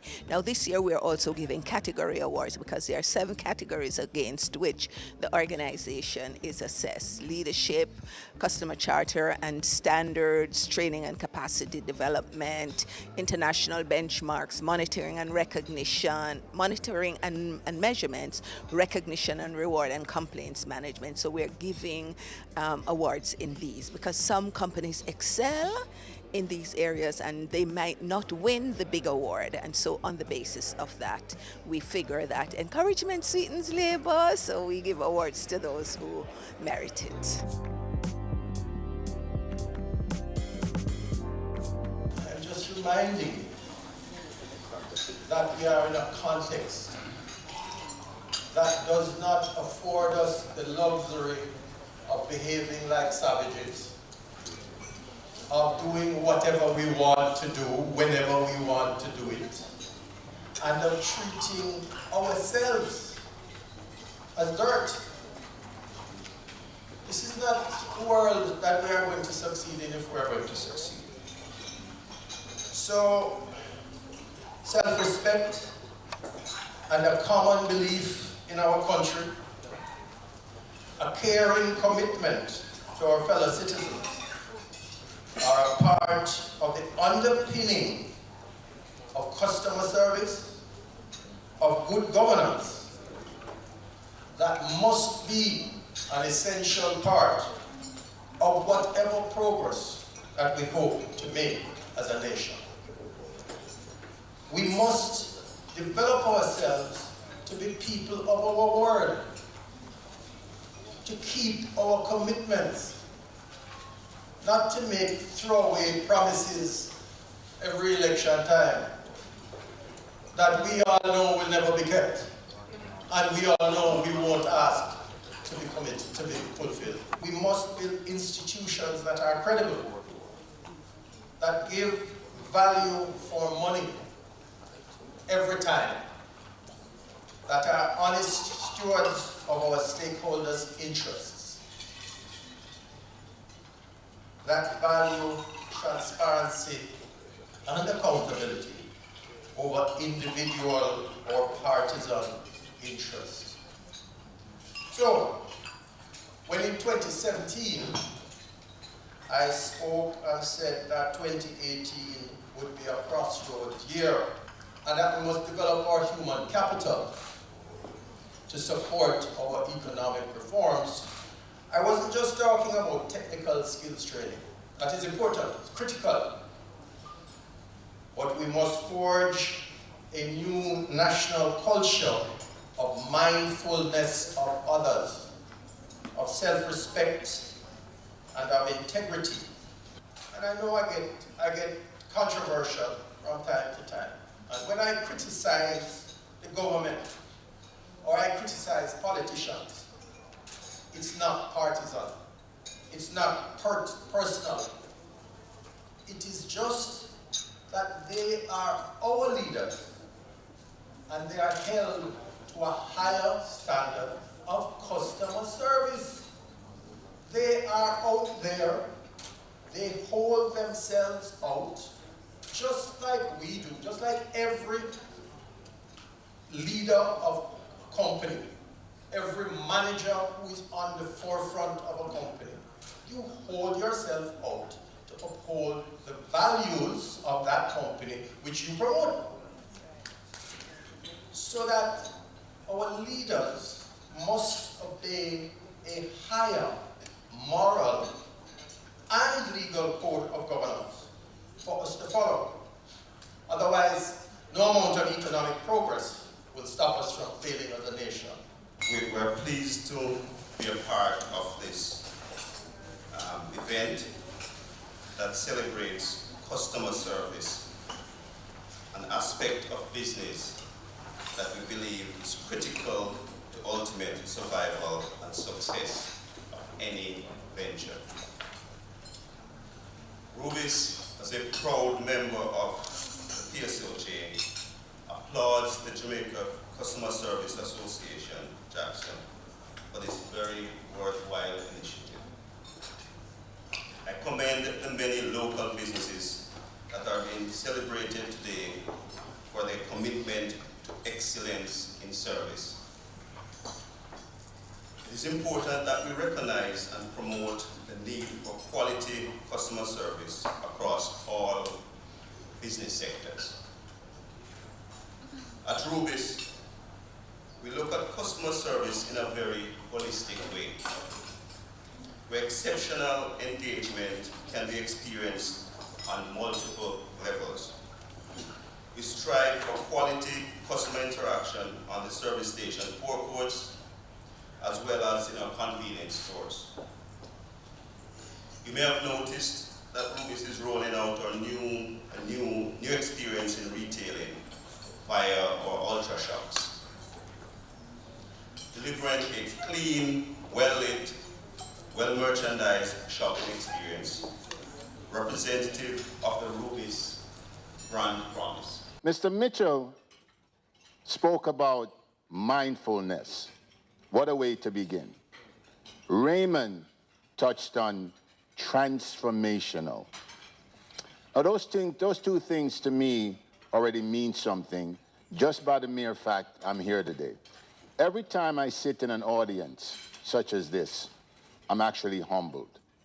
I'm humbled because when I listen to the person they're introducing, I wonder who they're talking about.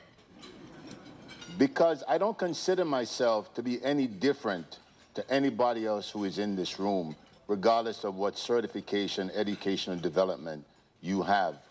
To me, we're all equal at the foot of the Lord. And so the Private Sector Service Excellence Awards is designed to help organizations improve service quality and to recognize the private sector organizations that consistently, and I'd like to advocate and say again the word consistently, deliver excellent customer service through a clearly defined strategic approach. The PSOJ and the JACSA are firm believers that the success of private sector organizations is dependent on consistent delivery of service excellence. Research has identified a positive correlation between customer service and customer satisfaction and profit and growth. The PSOJ and JACSA encourage companies to continue working towards improving their levels of customer service and to maintain service standards to further the growth and development of their organizations. Now, again, as I sat this morning and I listened to Mr. Mitchell, you really couldn't miss the fact that you're listening to someone, and even at the table that I'm fortunate to be seated at today, I'm surrounded by individuals that when you listen to them, they're all passionate about the reason why we're in this room this morning.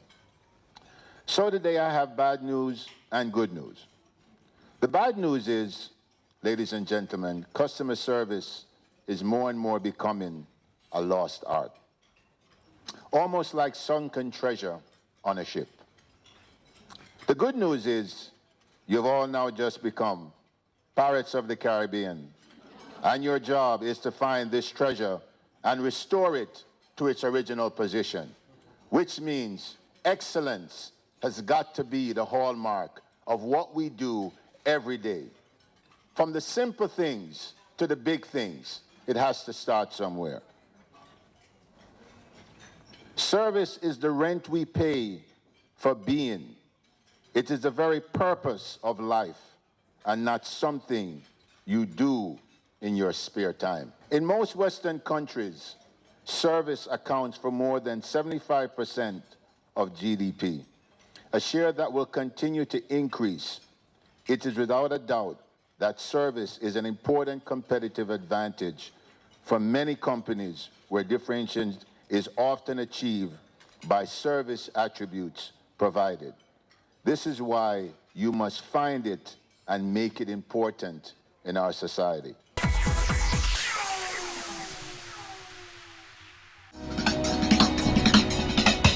Cameo brings the creative industries to life, delighting creatives in different fields each week. Art. My life turns art. I breathe, I eat art. Fashion. Food. Without a customer, we're nothing but four walls. Music. Film. Cameo, only on Business Access TV. Your business matters. Business Access TV offers you the most innovative and effective advertising solution for your business, specializing in B2B sales, cost-effective solutions, the customers you want, the repetition you need. No matter the size and nature of your company, your business matters. Call us at 876-618-2870 or email us at sales@batvja.com. Business Access TV, serious about business.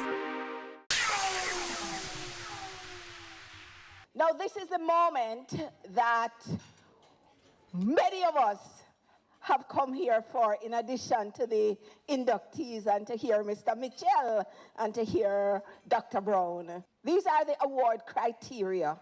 And I know we've been having a lot of discussions as to how is it that we are going to get service excellence to be embodied and entrenched in organizations and be woven into the very fabric and the DNA of the organization. This is it, folks. So it begins with leadership, strategy, and governance. This is what the organizations have been assessed on. Their customer service standards and customer service charter. The charter is your promise to the customers. the standards, how do you do what you do in order to deliver service excellence all the time. And these must be codified and lived and not be a paper tiger. We have found that the organizations that have people who have been given the responsibility to, one, live service excellence, train others in service excellence, monitor the whole business of service excellence and performance against standards. When you have a cadre of people who live it and monitor it and help people to improve, it is amazing to see the difference it makes in an organization. So the winners are, come on folks, drum roll, drum roll, drum roll, drum roll, drum roll. Yeah. We're going to start first with the category awards, and this year we made a decision to give category awards in the medium and small category and category awards in the large company. We have for leadership and strategy, Massey Gas Products.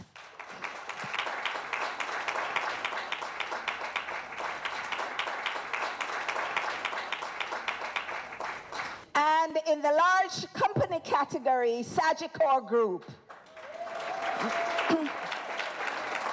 And for monitoring and measurements, in the small medium category, we have Yellow Media Jamaica.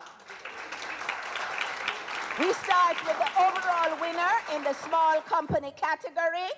May I invite Sarifa Insurance Brokers to join us.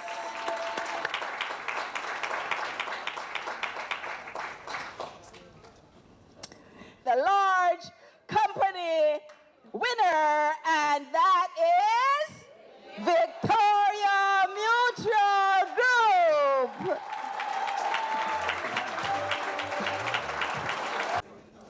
May I invite Miss Jennifer McDonald and Mr. Howard Mitchell to present a special award to Rubis Energy Jamaica for their consistent support in service excellence.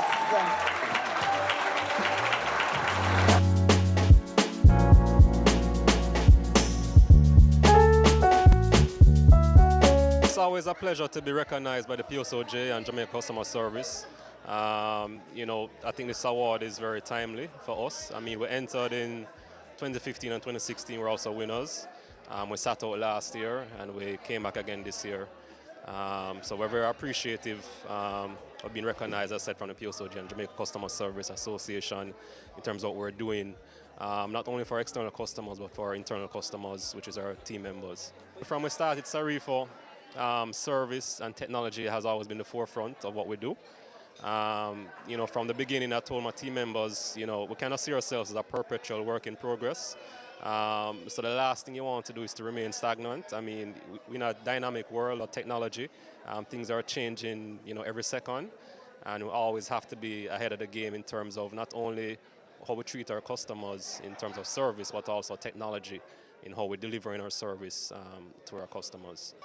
It's a fulfilling feeling because we have been a member of the PSOJ for a number of years, and anything that we can do to encourage quality, and in this particular case in customer service, is something we fully endorse. It's our lifeblood because, as you know, we are a retail organization. It means that we interact with thousands of customers on a daily basis, and we have to ensure that in our delivery that we're delivering best service at all times.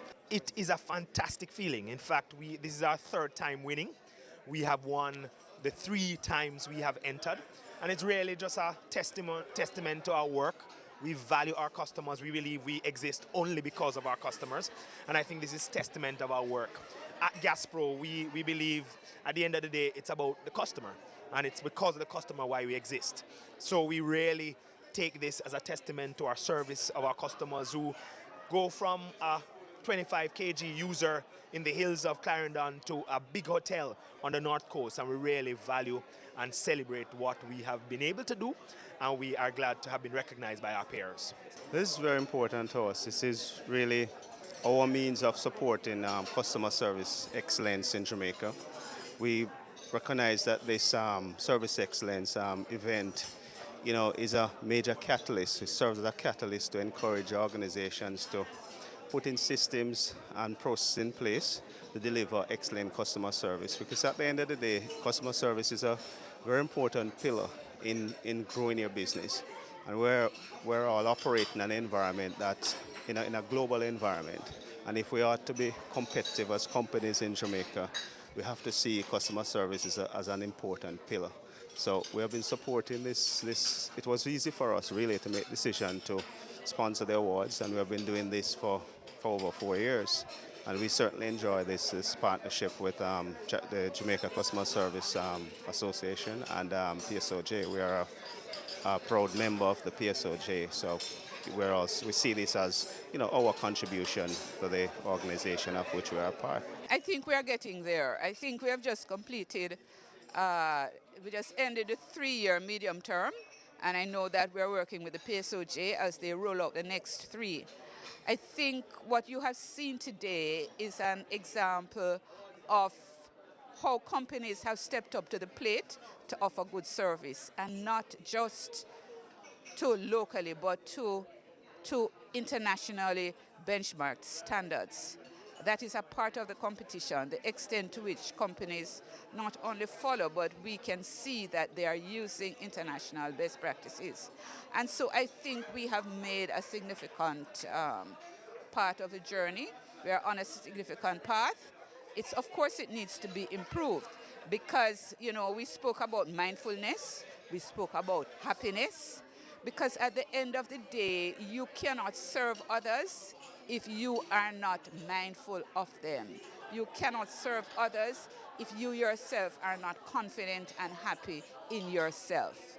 And so I think that was a running theme this morning. None of the speakers collaborated, but you would have seen that the themes about service excellence, we're doing it to please you, because when you're happy, we're happy, and there are multitudes of effects that come after. They say what's measured gets done. And so you need to set targets, you need to monitor them, you need to train your staff, because especially if you're in a service industry, persons will be different. And so you cannot assume that you have trained them last year and so that is fine. You need continuous training, and you need to constantly review and upgrade your standards. While we're talking today at our table, we said a lot of managers need to find a way to walk around to find out what's happening on the line with your customers, because your managers and directors will tell you what they think you want to know or want to hear. So as a good manager, you need to ensure that the standards you've set, that they are actually being implemented. Means a lot because it speaks to the very core of why we exist, right? Why the PSOJ exists. PSOJ is representative of the private sector, a majority of the private sector in Jamaica, and representative of the principles and ideals and interests of the private sector. And service excellence is very near and dear to our hearts, so we will support this and we will continue to support it. I would say that in Jamaica we have issues with how we treat each other, generally, and customer service is an aspect of that, okay? We have issues with governance, which is an aspect or includes customer service and customer obligations. So we do have an issue. The issue is not just about customer service. The issue is in how we are mindful of the interests of others. It's amazing, amazing. Certainly when we came here this morning, we felt like winners coming into the room, just having been nominated. So the fact that we actually received 6 of the 7 awards and the overall award, I mean, it's just an amazing feeling. I don't think that I've quite come to grasp it as yet. We don't really want to give away all our secrets, but suffice it to say that we, about a year, maybe a little over a year ago, we formed a customer service unit, and this really was done in order to give a strategic focus to customer experience across the VM group. So what we had were like, separate entities having their own standards, doing their own thing, and nobody really driving the strategy around service experience. So just over a year ago, I joined VM, about 18 months actually, and one of my mandates, which came from our group CEO, Courtney Campbell, was the establishment of this customer experience function, which we did, recruited somebody to the position, Denise Williams, about a little over a year ago. And we have just been focused on establishing the standards, embedding new standards, monitoring the complaints, implementing a complaints management system. So for us in VM Group, we actually believe that we're just getting started. So to come away this morning with 6 awards, 6 category awards, and the overall award, we believe that that is just encouragement for us to continue on our journey and to really double down on what we're doing, because obviously we are doing something right.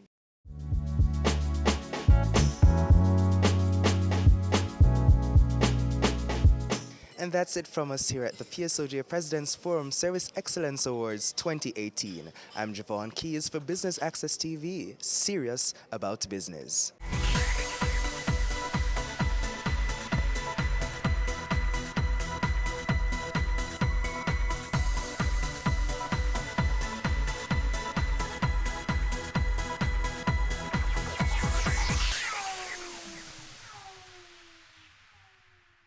It's season 12, and Wealth Magazine Business Access is here to keep you business savvy. With an impressive mix of some of Jamaica's most inspiring business moguls, we continue to keep Jamaica informed, empowered, and ready to dominate. Tune in Sundays at 5 p.m. only on BATV. You're watching Business Access. Business Access. Business Access. Business Access TV. Serious about business.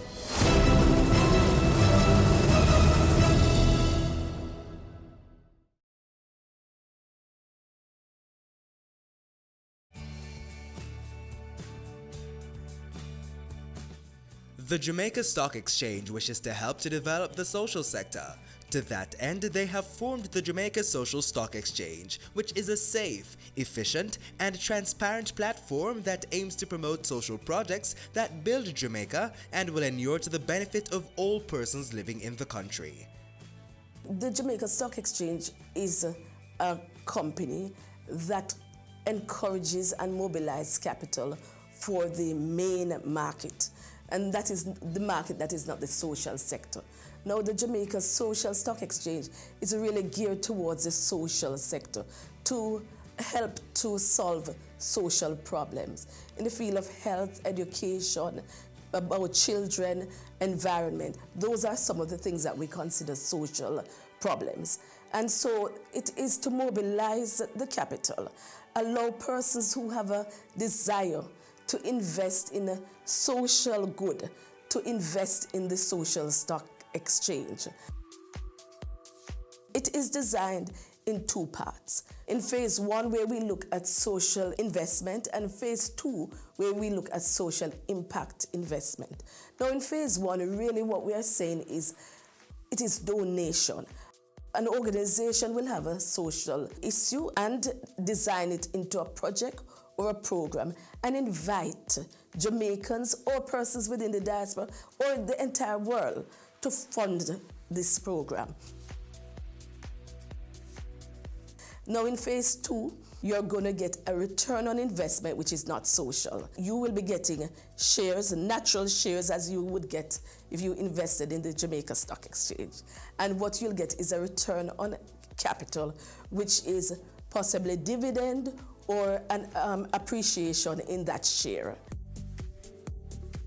The Jamaica Social Stock Exchange does more than ask for the funding of these programs, but goes beyond that in terms of monitoring ensuring that these programs are meeting the targets and the reason for them to have asked for funding in the first place.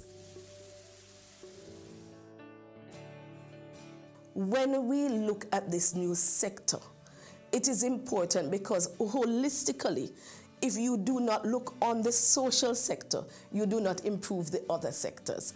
We want to encourage all businesses in Jamaica to have a corporate social responsibility because it is good for encouraging and the growth and development of businesses.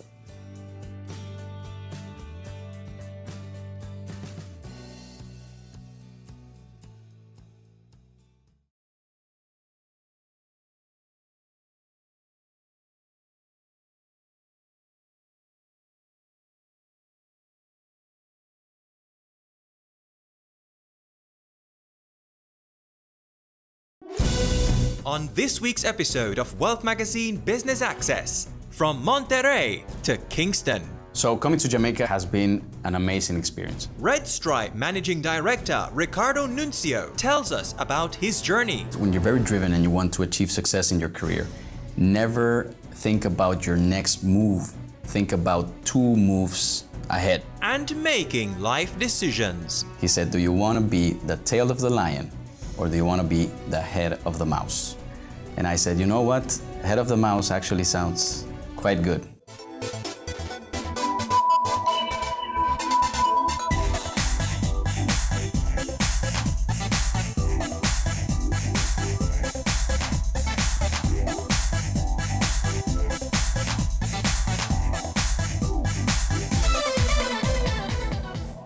My name is Ricardo Nuncio. I'm the Managing Director for Red Stripe.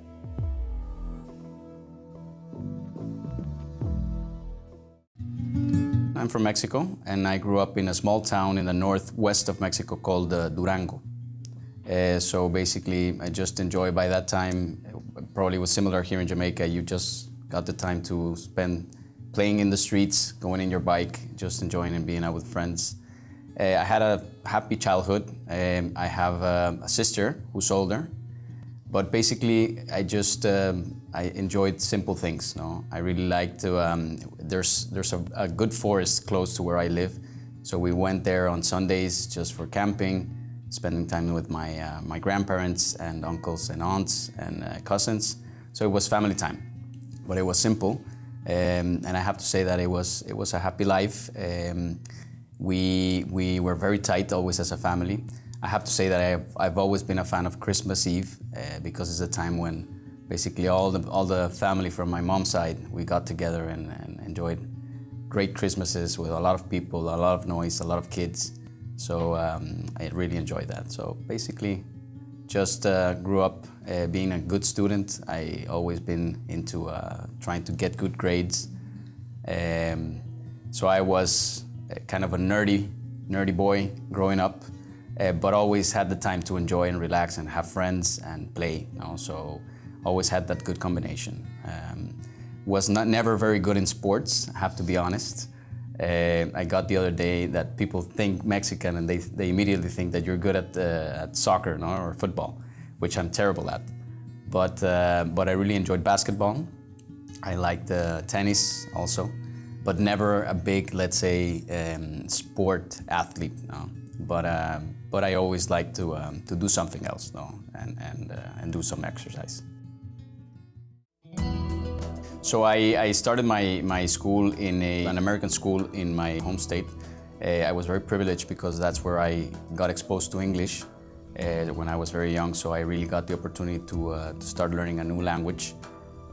After that, I went to a popular high school, which was not, I would say, very demanding in grades, but it was very good in, let's say, socializing.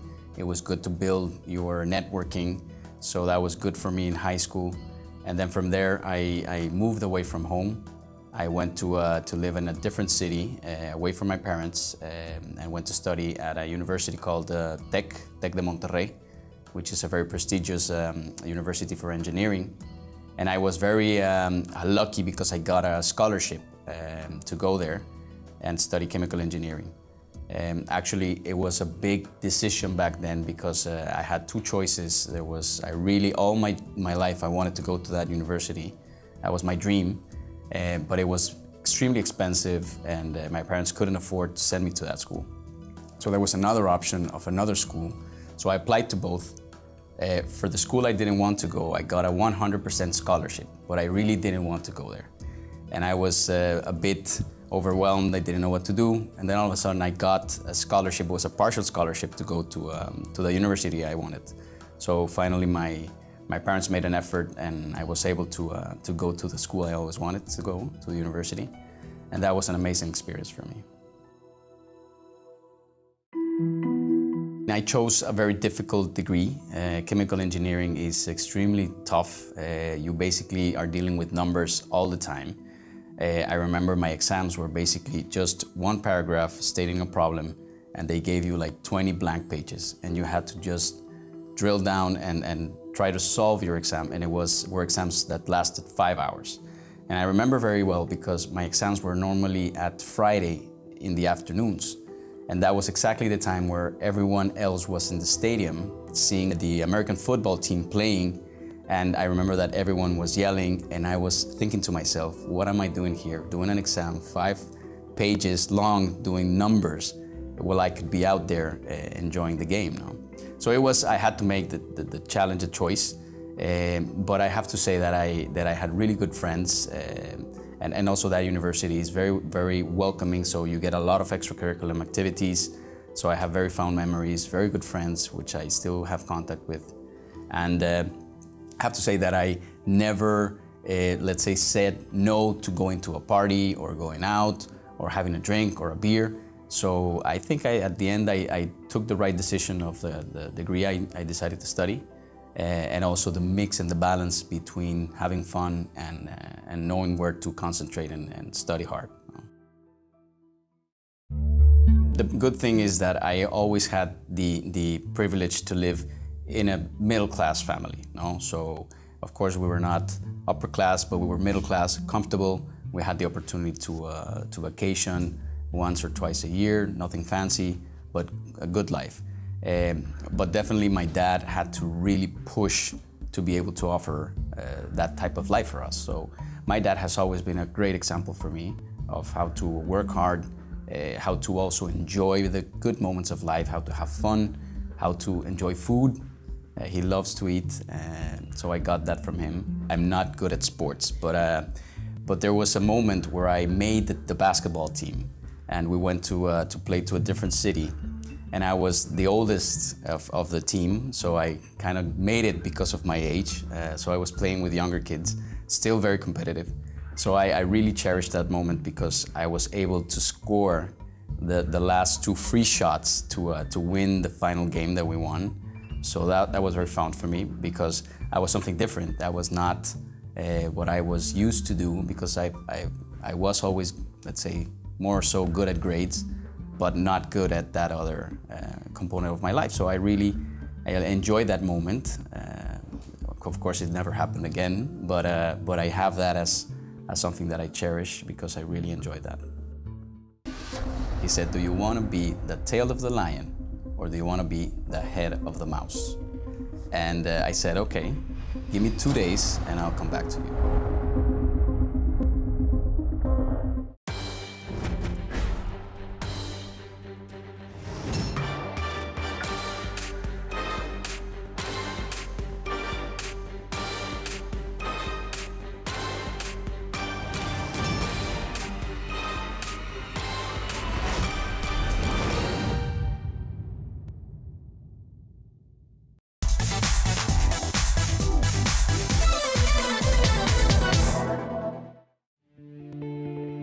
Chemical engineering is actually a career that has a lot of prestige in Mexico. So once you finish, and this university is a very good university, so you get the opportunity to get several offers once you graduate, which is not very common because Mexico, similar as Jamaica, it's let's say a developing country, a developing economy. So unemployment in youth is very high.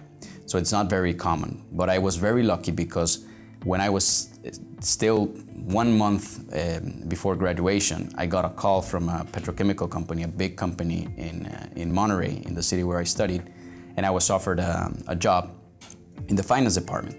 And I remember perfectly my dad saying, I mean, you really worked hard for 6 years in a very tough career.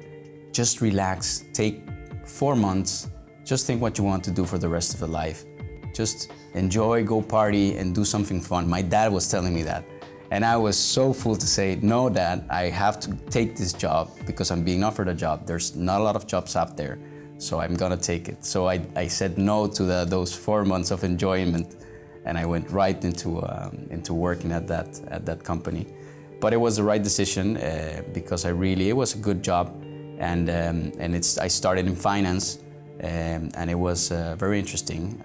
I have very fond memories of that first company. I went to study my MBA, and in my MBA I met a very good friend who was the commercial director for a small company. And he said that he wanted to invite me to come work for him. So I said, I don't know, because you're a small company, I'm really working here. It's a multinational, I'm working in a big company. And then he said something that will always stick in my mind. He said, do you want to be the tail of the lion, or do you want to be the head of the mouse? And I said, okay, give me 2 days and I'll come back to you. So I had my girlfriend there, which is actually now my wife. And I said, you know what? Head of the mouse actually sounds quite good. So I took the risk and I said yes to that opportunity. And I have to say that it was one of the greatest decisions I made. It was a small company, very agile, not a lot of process implemented, selling candies. I had to travel all over Mexico. I was in finance, I moved to the commercial department in charge of doing all the commercial intelligence and the reporting and sales quota for the sales force and commercial intelligence. But then I moved to sales, which was also a great moment in my career, because I was now in charge of going directly to the customers and trying to get in new products, selling what we were, the new innovation and all the benefits of our candies. These are Mexican candies. And it was also a great experience because we were bought, when I was there, we got bought by a bigger company, a multinational called FM Mars. They are the owners of Snickers, Twix, Pedigree, so a very big company. So that was a great experience because I got to live the transition from a family business to a more structured, a more aggressive, a more result-driven, more organized business. So that was very, very, very good for me. So I spent 3 years there in that company. And then I got a really good opportunity, and actually a friend from that company that actually left the company to start his own business. He started to be a headhunter. So he said, you're gonna be my first customer, so I'm going to make sure that I get you a better job now. So I said, okay, do what you can. So he got me 2 interviews, one for a big cement company in Mexico called Cemex, and the other one for the brewing company called Cuauhtémoc Moctezuma. So I got into Cuauhtémoc Moctezuma, thankfully. It was a great interview, so I got the job. But it was actually, again, a big challenge for me because when they offered me the job, they said, you know what, we don't know what is the job you're gonna be doing, and we don't know which part of Mexico you're going to be based. But here's what we can offer you, no? And we're sure that it's gonna be a great experience for you. So I was basically just married. I was 4 months married. So I went back and did my team back with my wife and said, so here's the opportunity. We may need to move away from Monterey where we are living. But I feel it, I think it's the right thing to do. So she's always been very supportive, and she said, if you think it's the right thing to do, let's do it. So we took the challenge and we took the role in the beer company. And then we basically started moving all over Mexico. And also the adventure began. We went from Monterey, we changed to 4 different cities moved to 5 or 6 different houses in 8 years. So that adventure has been with us ever since that decision. No? Back in 2010, this Mexican beer company was acquired by Heineken. So that's when I became part of Heineken. So coming to Jamaica has been an amazing experience. I have to say that this is a great country. I love Jamaica. I love the people. I love the food. I like Scotch Bonnet. I'm a big coffee drinker, so I love how coffee is brewed here, very intense. It's a great coffee. I love the mountains. I like here, Kingston, you see that view, and it's really, really beautiful. I've been all over, I have to tell you that. The beaches you have here are extremely, extremely beautiful. No? So my best part, I have to say, is Portland. No? So Port Antonio, I'm a big fan of Port Antonio, but there's a lot of very beautiful places all over. So in that sense, Jamaica has been amazing. My kids are happy, my wife is happy, so we're all enjoying. We've been here for a year. Not everything has been a walk in the clouds or pink all the time. Has been tough, and has been tough because of mainly 2 things. No? One is we had to integrate the company to Heineken, and integrating a company, which if you remember, I kind of lived in my 2 past experiences, but never in charge of integrating it. I just lived it, and now I had to lead that integration. So it was very tough because it was a lot of work. We still needed to perform and deliver our results, but on top of that, we needed to integrate processes, systems, ways of working, performance management, just even the way the computers are configured and how you reach your email. So it was a lot of work to integrate the business. And the second big challenge is the culture, no? Implementing a new culture. No? So the company was previously owned by Diageo. So Heineken has very defined values, core values, and behaviors that define who Heineken is all over the world. So that was also a next challenge, no? Because you can just put your behaviors, you can put your values on the wall, but the big thing is how do you inspire people to live through those values and really get people to see that, no? So I have a big role there to play because I have to basically live through those values, which I do, but it's important that cascades from the top to the bottom and that people feel really connected to that. So those were the 2 big challenges, integrating the company and changing the culture.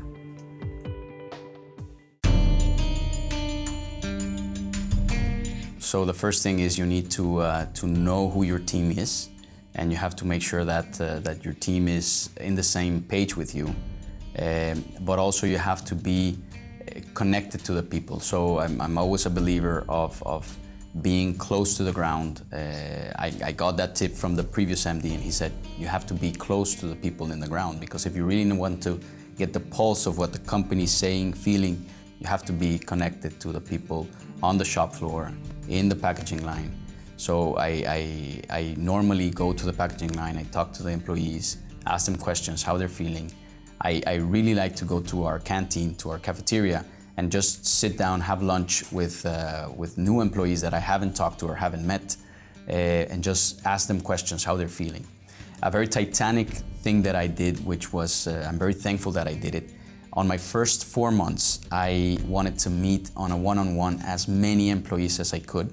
Red Stripe is a company of overall fairly 300 employees, and I interviewed on a one-on-one almost 120 employees. And within those interviews, I basically asked them 3 questions. What do you love about the company? What should we not change? And what has to change? And those 3 questions really gave me a lot of insights of what was going on, what needed to change. Of course, we're not there yet. This is not something you can just flip the page and you're there. But it's we have a clear path of where we want to go. So that was basically how I structured, how I got those insights, got the involvement of my team, and just defined how we were going to make that shift. No? So we have a clear and simple vision. We want to be Jamaica's most admired company. That's our vision. No? but also internally within the region, the Caribbean region. We are part of that Caribbean region. We want to become the biggest operating company within the Caribbean. Right now we're number 3. So we want to become the biggest one. And that ambition links to what that will mean for Jamaica. At the end, reaching that ambition means that we have to double our business, basically, by 2019. We have to double the size of our business in volume and also in profits. So that means that we have to push really hard domestically to keep growing our share, our revenues, our volumes, and that will translate into more jobs, more opportunities. So that's where we have to make that link and that connection emotionally with our employees and also with Jamaica. No? The more we grow, the more we can actually give back and employ more people. A clear example is a decision that we just made of bringing back the production from the US in Pennsylvania back to Jamaica, where we started producing and shipping to the US in September. So that immediately created basically almost 40 direct employments for the business. On top of that, we're really pushing through that project around agriculture. We're now using cassava, locally grown cassava, in our beer. We're almost using 10% substitution of an imported raw material with locally grown cassava. So that also links to how we're giving back, how we're integrating that ambition and that level of growth to be able to employ more people in the fields and actually allow more families to benefit from that growth. No?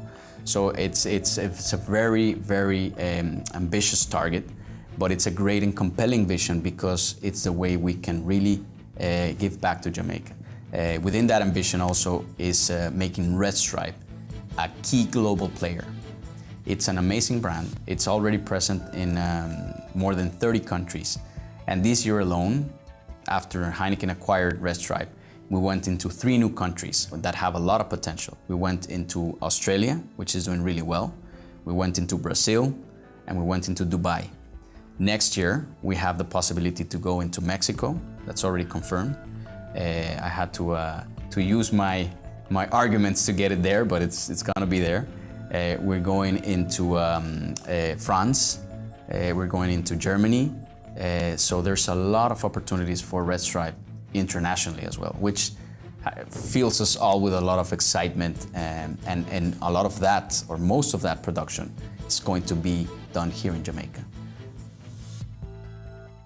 When you're very driven and you want to achieve success in your career, never think about your next move.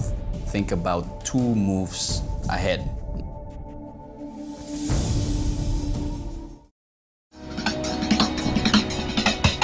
Cameo brings the creative industries to life,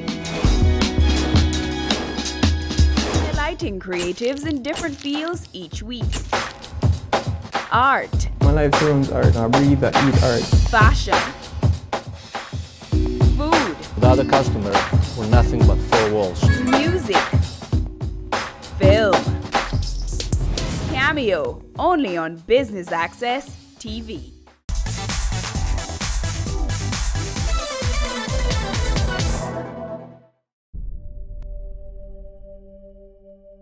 What really motivates me is, to be honest, is when I go back home. You know, that moment when I get home, I say hello to my wife, kiss my kids, and just get some space to relax and just be there watching TV with them and just relaxing. You know, it's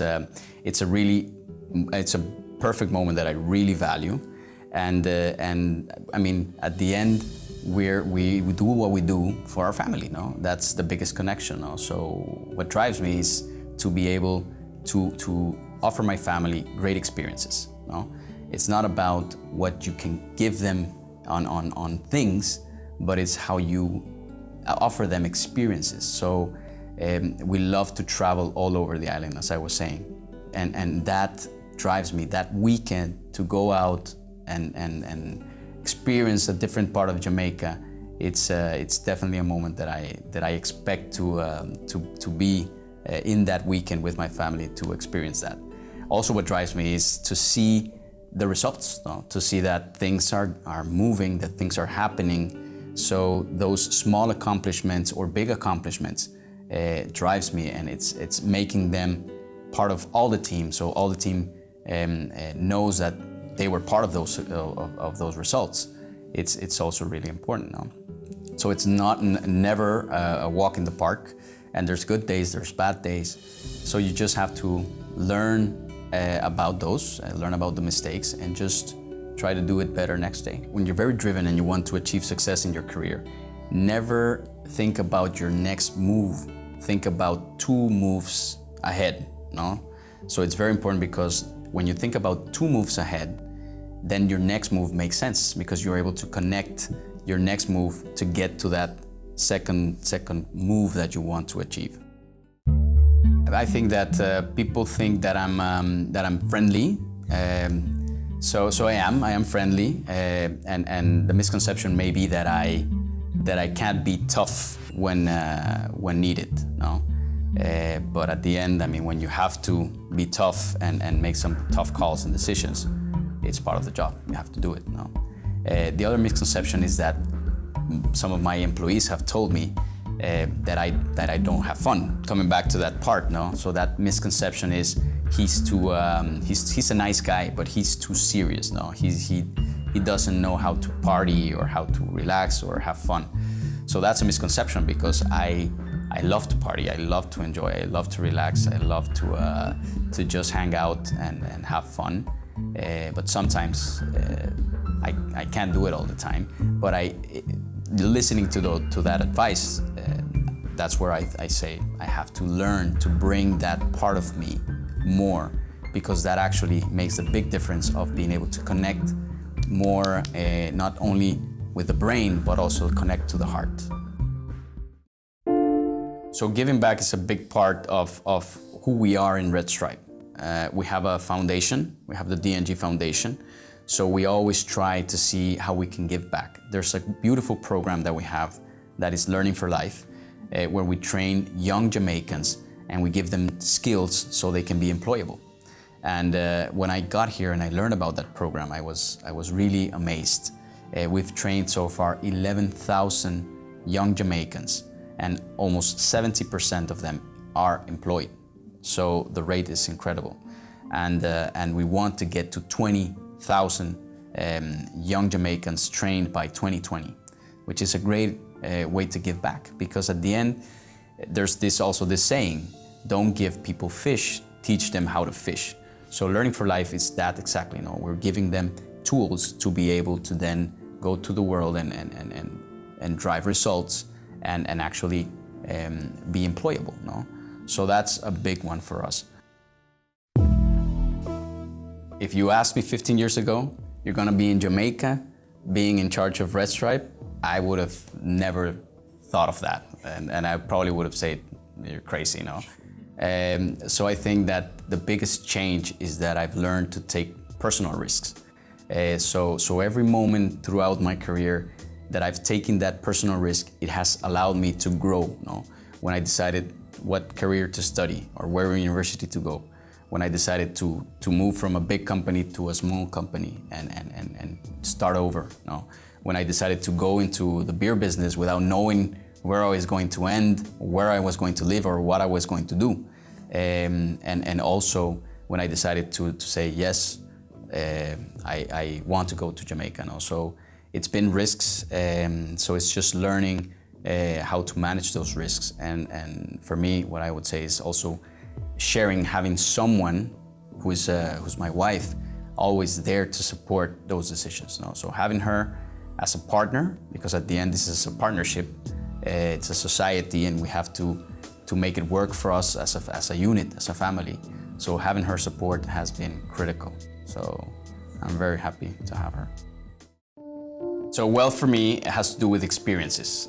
For me, a wealthy person is a person that has a lot of experiences, that has lived good things in his life that he's able to remember and to share. Wealth is not about what you have, it's about what you know, what you've been through. There's a big saying in Mexico that when you die and you go to the grave, you basically take dirt with you. You don't have anything, no? So at the end is that wealth is being able to have people in your life that you know you can always count on. No? We've been very lucky because of this life that we've been changing every 2 years from state to state. We have to start over, but starting over also has that benefit because we know more people, and that those people become our family, and those connections last over the years. So I would say that we're wealthy in the sense that we have a lot of friends all over Mexico, and now here in Jamaica, hopefully more friends to come here in Jamaica. So that for me is wealth.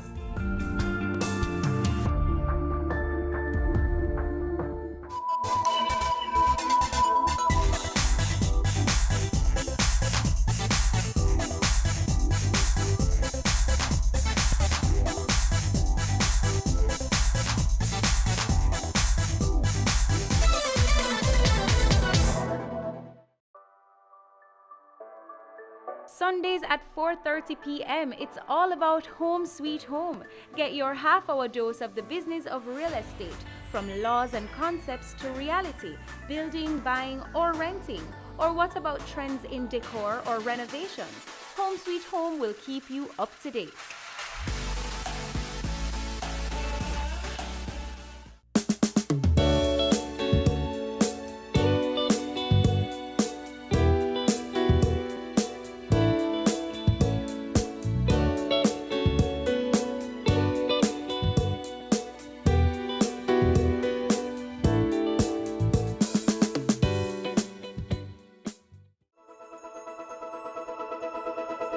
The National Baking Company gave birth to the National Baking Company Foundation, NBCF, which is a brainchild of businessman and philanthropist Gary Butch Hendrickson, signaling a new dawn, a new day. Change has come for a nation's children, or future generation. The foundation was launched in 2015 to further strengthen the company's philanthropic efforts. It supports numerous organizations including Lost Street Trade Training Center, Mustard Seed Communities, Food for the Poor, St. Patrick's Foundation, and the Union Gardens Basic School. Now, the foundation has launched its Little Leaders program in early childhood schools island-wide. I'm very pleased to join you in launching the Little Leaders program, and I applaud and endorse this initiative. Education has always been, for me, a partnership exercise. No matter how much money we spend from the national budget, we still need to spend more. It is the most valuable and rewarding investment that any country or any company, for that matter, can make. This is another year of a dream coming true for us. This is part of something that I think we get involved with emotionally in the company. I personally think it's the best thing that I have ever done, having this initiative. I do believe, and I continue to believe, that unless we can educate our children, we're just dooming them to a future of a percentage of what they could become. And that's the basis on which I do this. Butch has long been a very serious advocate for early childhood education. And it emerged from a Crayons Count initiative that he was involved in for about 4 years. And it morphed into the Future Leaders arrangement. And it's all about early childhood education, supporting the teachers, getting supplies out into every corner of Jamaica, using the national infrastructure, National Bakery, with their vehicles and transport. And it's really all about getting the sort of 3 to 6 minds at that early stage and giving them the teaching and learning aids. The Little Leaders program will ensure that all institutions registered with the Early Childhood Commission, ECC, will receive learning kits.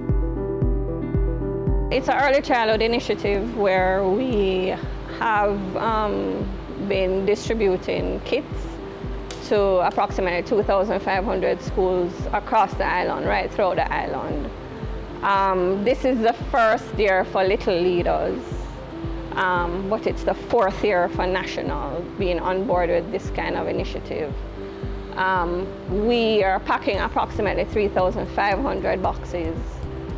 Some schools will receive A and B boxes depending on their size, and some schools will receive A boxes. The schools will come to various centers in the corporate area and collect their boxes. So our team of volunteers will go out again and ensure that each school receives their kits, they sign for their kits, and then they collect their kits. And basically they're on their way after that. We traverse as far as Portland to Hanover, delivering boxes right through the island. This is one of the biggest initiatives for the foundation. We took it on, well, it was still under the Crayons Count brand. National has taken it on themselves to rebrand it and call it Little Leaders. The Crayons Count brand is going global. They want to go worldwide. National is keeping it local and trying to cover our needs in Jamaica before we try and help otherwise.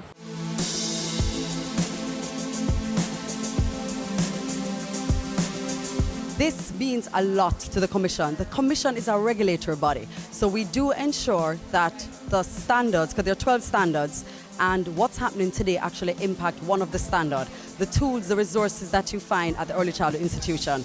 This creates equality among all our children. So whether you're in Morant Bay or you're at the Negril Point, as we often speak about, whether middle class, upper class, poor, everyone, it equalizes. Every child has the ability to have a Play-Doh. Every child has the same equipment being in that institution. So whether it's a prep school or it's a public school, you're having the same tool that enhances, and it does a lot for early stimulation. Because our children, kids learn differently. You need standardized toys. This is what National has done. We thank them.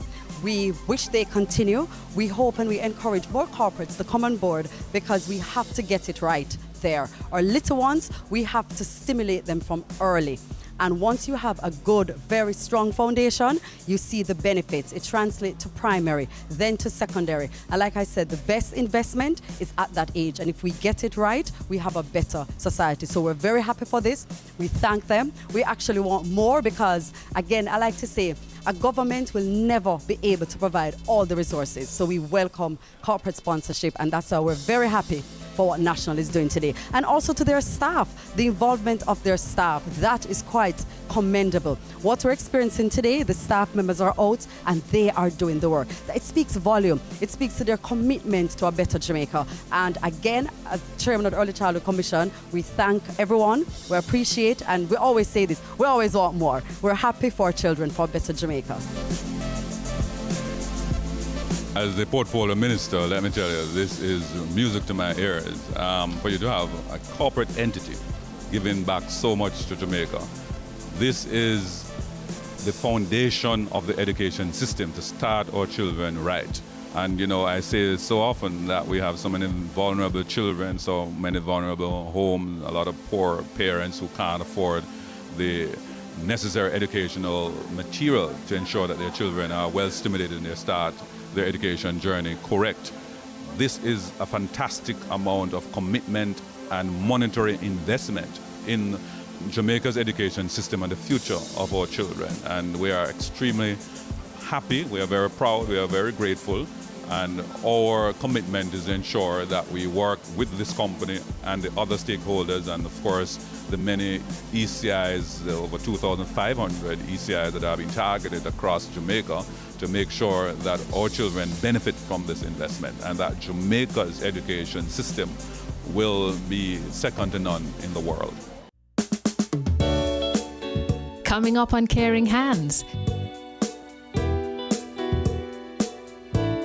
We're just trying to get them off on the right step, while they are the future.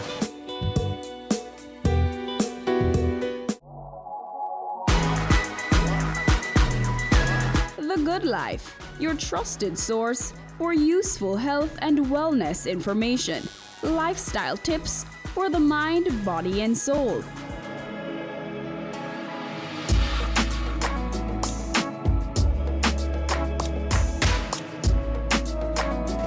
Tune in Tuesdays at 8:30 p.m. on Business Access TV. Business current affairs you can relate to. Frank, credible discussion. On point, dissecting the issues. Offering solutions to Jamaica's challenges. On Point, Thursdays at 8 p.m. on Business Access TV.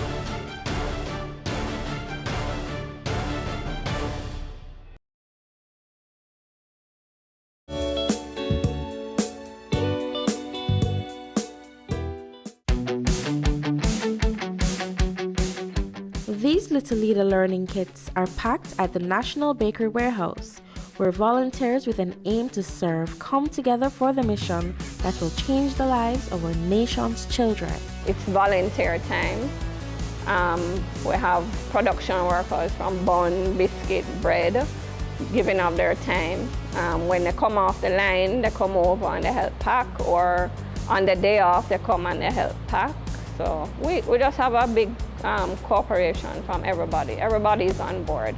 The garage, their team helps us load trucks and offload at the distribution centers. And some of the route salesmen also carry out some boxes in their truck. The coordination in itself is pretty organized. We pull from the different plants, and every department is basically aware of what we're doing. So when the time approaches for the packing to be carried out, everybody come together, we arrange a room, all the items have been ordered, we have a target which we have to meet, we have a certain amount of boxes that we have to make, and they're separated into A's and B's. We have team leaders who are aware of what we're going to be doing, and so they align themselves and they carry it out pretty much. Usually the workers are very excited, so it's not an easy to get them to come over. The containers, when they arrive on the premises, when the time approaches for us to start packing, they're offloaded in our packing room. Based on the target that we have a conveyor, we align different stations, and everything is in order. So you just follow the conveyors as the boxes go down. You know what it is that you need in each carton and for each kit. And you just follow the process as it goes along. Everybody pretty much pitches in and get everything done together. It's a learning kit, and there are various different items that are in it. Pretty much it's a well-rounded kit that is targeted to development of these children, and I'm sure they'll really appreciate it. Different schools get different amount of boxes, whether A or B boxes, and the learning tools that are in the kits, they stimulate their development. Packing the Little Leaders project, what we do on an annually, yearly basis now for the kids, early learners, kids, like crayons, Play-Doh, paint, ball, glue sticks, you name it, it's here. We're just trying to get them off on the right step, but they are the future kids coming up. It's just a pleasure for me being here to help out. Once it's for the kids, it's always a pleasure for me. You know, it's coming from our boss. You know, he's inspired and he's doing this for the kids, and it's coming from him. We just all have to chip in. And so it's been a pleasure.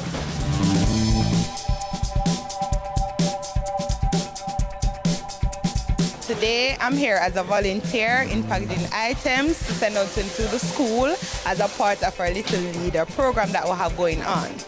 This is my first time as a volunteer. I've always known about this project that the company has always been doing, and I'm very proud to be a part of it. I've always been a person who purchases the national products, and I've always seen the branding on the products that they sell. For example, the bread, they always have a sticker across it. So I've always been interested and wanted to know what this was about, and then I read up about it.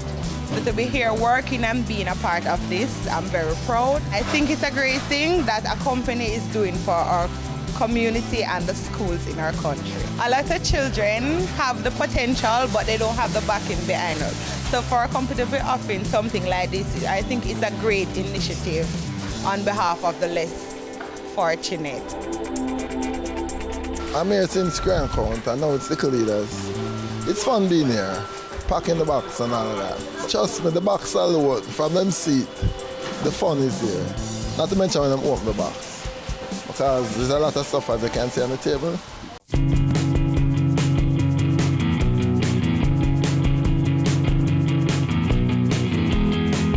After the packaging is done, they are loaded onto the trucks. The trucks are then fueled with enough diesel for the long journey to distribute the Little Learners Learning Kits to over 2,500 institutions that are registered with the Early Childhood Commission, ECC.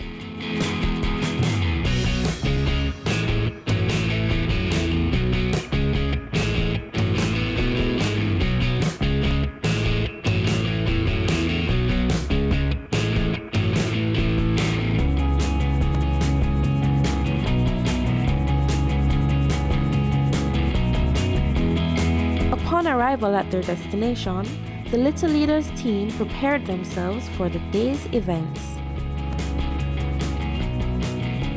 A queue is then formed where persons verify the name of their institution, after which they are given a card that is indicative of how many packages they will receive.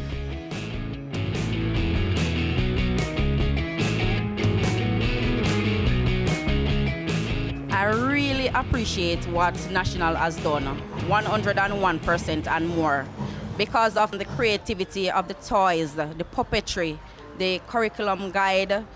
It works with the material they have given us, and it really enhances the children learning, because some of the things that we never thought of, it was given to us so easy that we could use the material to prepare our lesson for the day. So I just want to say, big up to National. Thank you very, very much, National. We really appreciate everything that you have done, and continue to go out and give back to the school, and one love, and God bless all the National family. They're very effective because they help to enhance the children's learning, and I like the quality of the products because they are very children friendly and the children work well with them. I just want to say a big thanks to National for considering the early childhood education.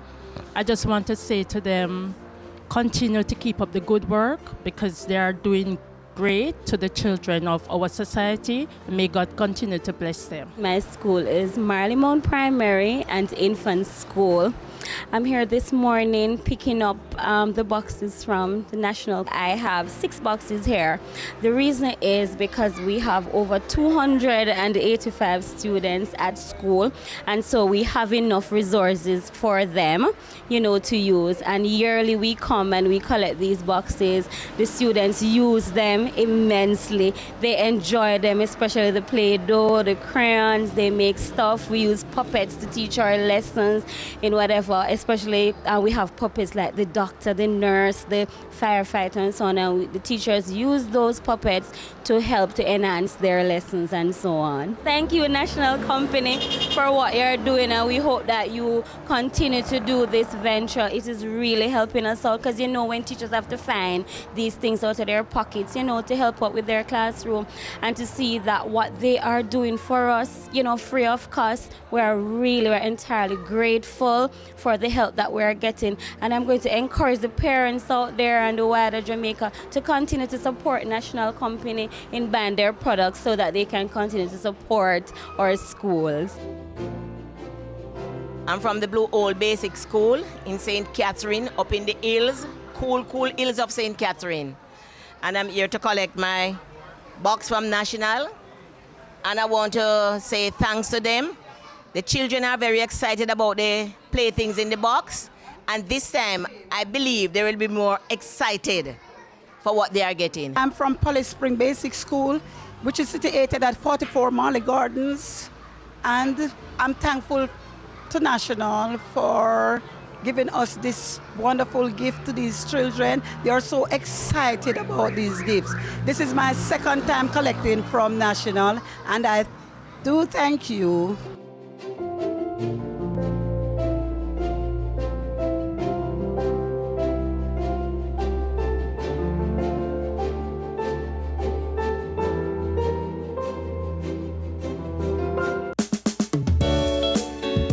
Coming up on Caring Hands.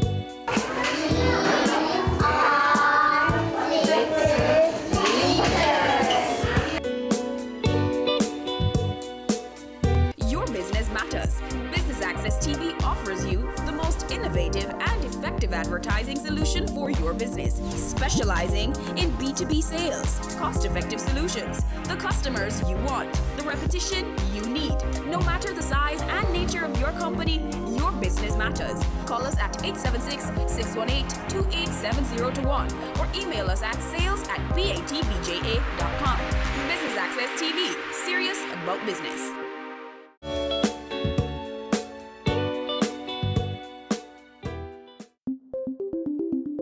The parish of Clarendon was another of several delivery stops for the Little Leaders. Welcome to Kellits.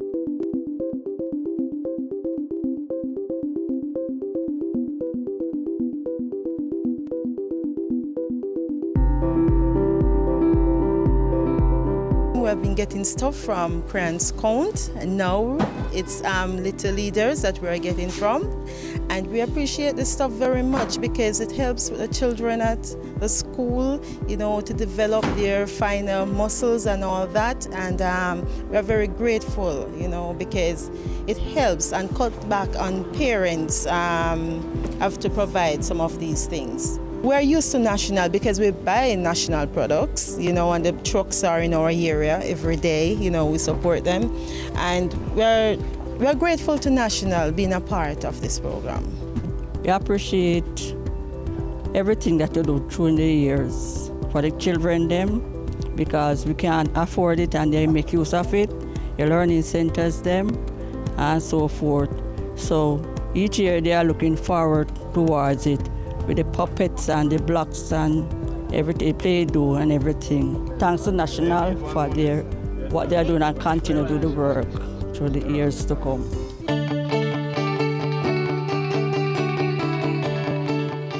Next up was Chapeltown, a market town in the parish. Representatives of various early childhood institutions in Kellits anxiously awaited the arrival of the Little Leaders truck and were grateful for the initiative.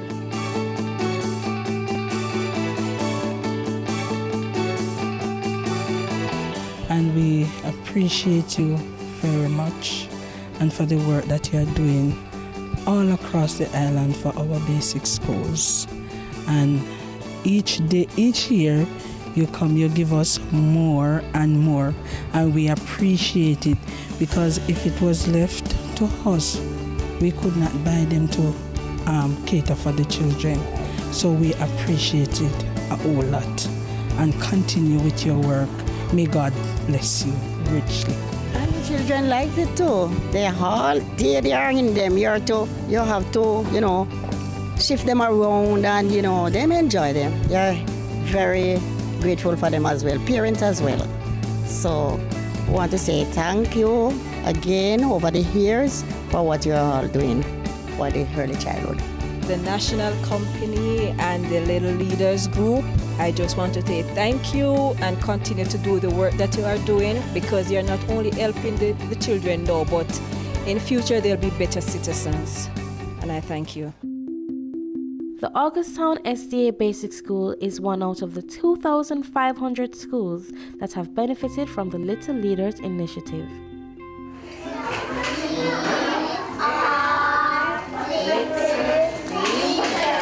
Augusttown has collected from Crayon Count, now Little Leaders. I'm expecting my teachers and students to be excited. I mean, students are excited by anything with colors. They're not going to be seeing it today. Teachers are going to, you know, go into the box first, and we decide the age group for each thing, and then we put them on the different learning centers. I'd like to say to National and to Little Leaders, thank you so much. It will go a far way. Our students will appreciate it, teachers will appreciate it. Continue doing the good work.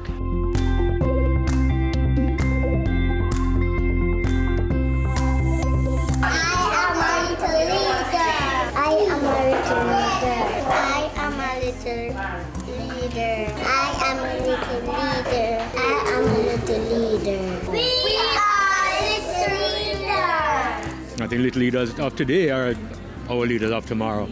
And with the proper education, we'll have very good leadership coming from that. The National Baking Company Foundation has touched the hearts of many, making the impossible possible, and in the words of the National Baking Company Foundation CEO, Gary Butch Hendrickson, who made all this possible along with his hardworking staff.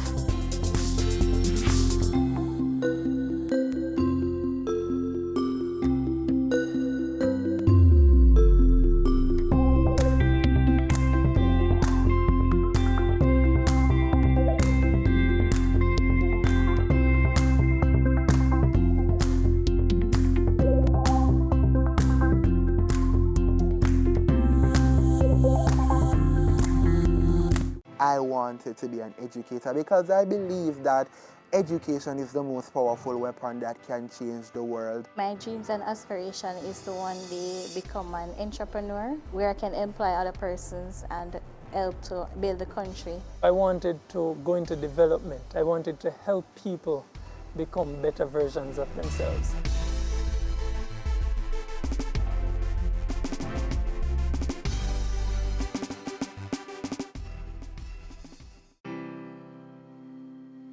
Growing up, I saw a lot of violence, I saw a lot of crime, I saw a lot of poverty. The challenges are so many. The first one that comes to mind is the level of youth unemployment that's here. Challenges that exist here in West Prospect Bogwog are lack of awareness for educational opportunities or job opportunities. Not many got the chance to do CXC or graduate from the secondary level. So that's a major setback for the people in the community. A way to alleviate this issue is training programs. They need more opportunities, like to go back to school to get themselves a certificate so they can be able to work and create employment for themselves and their family.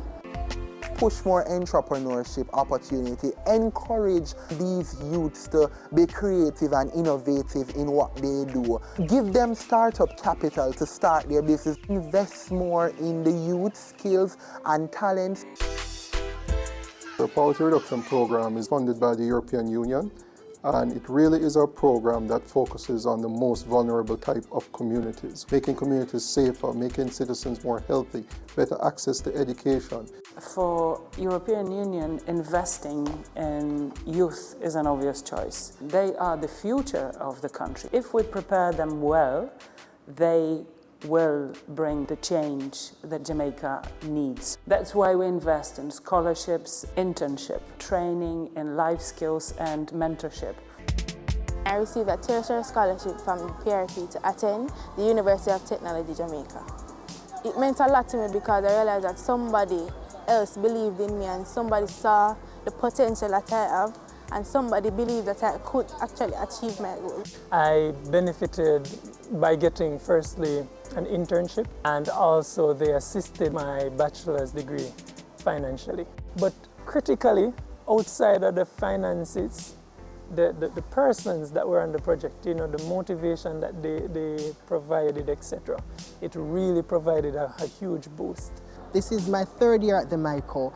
This scholarship, it helped me to be able to focus only on my education here, because tertiary education is not cheap. I was placed at ODPEM on the one-year internship program. It was really good. It was an opportunity for me to prove myself, to give myself a service, and also to gain experience in the working world, and to also provide for my family.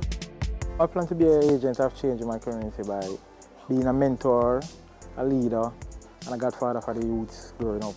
Try to help them teach them a trade. You don't have to be rich to help.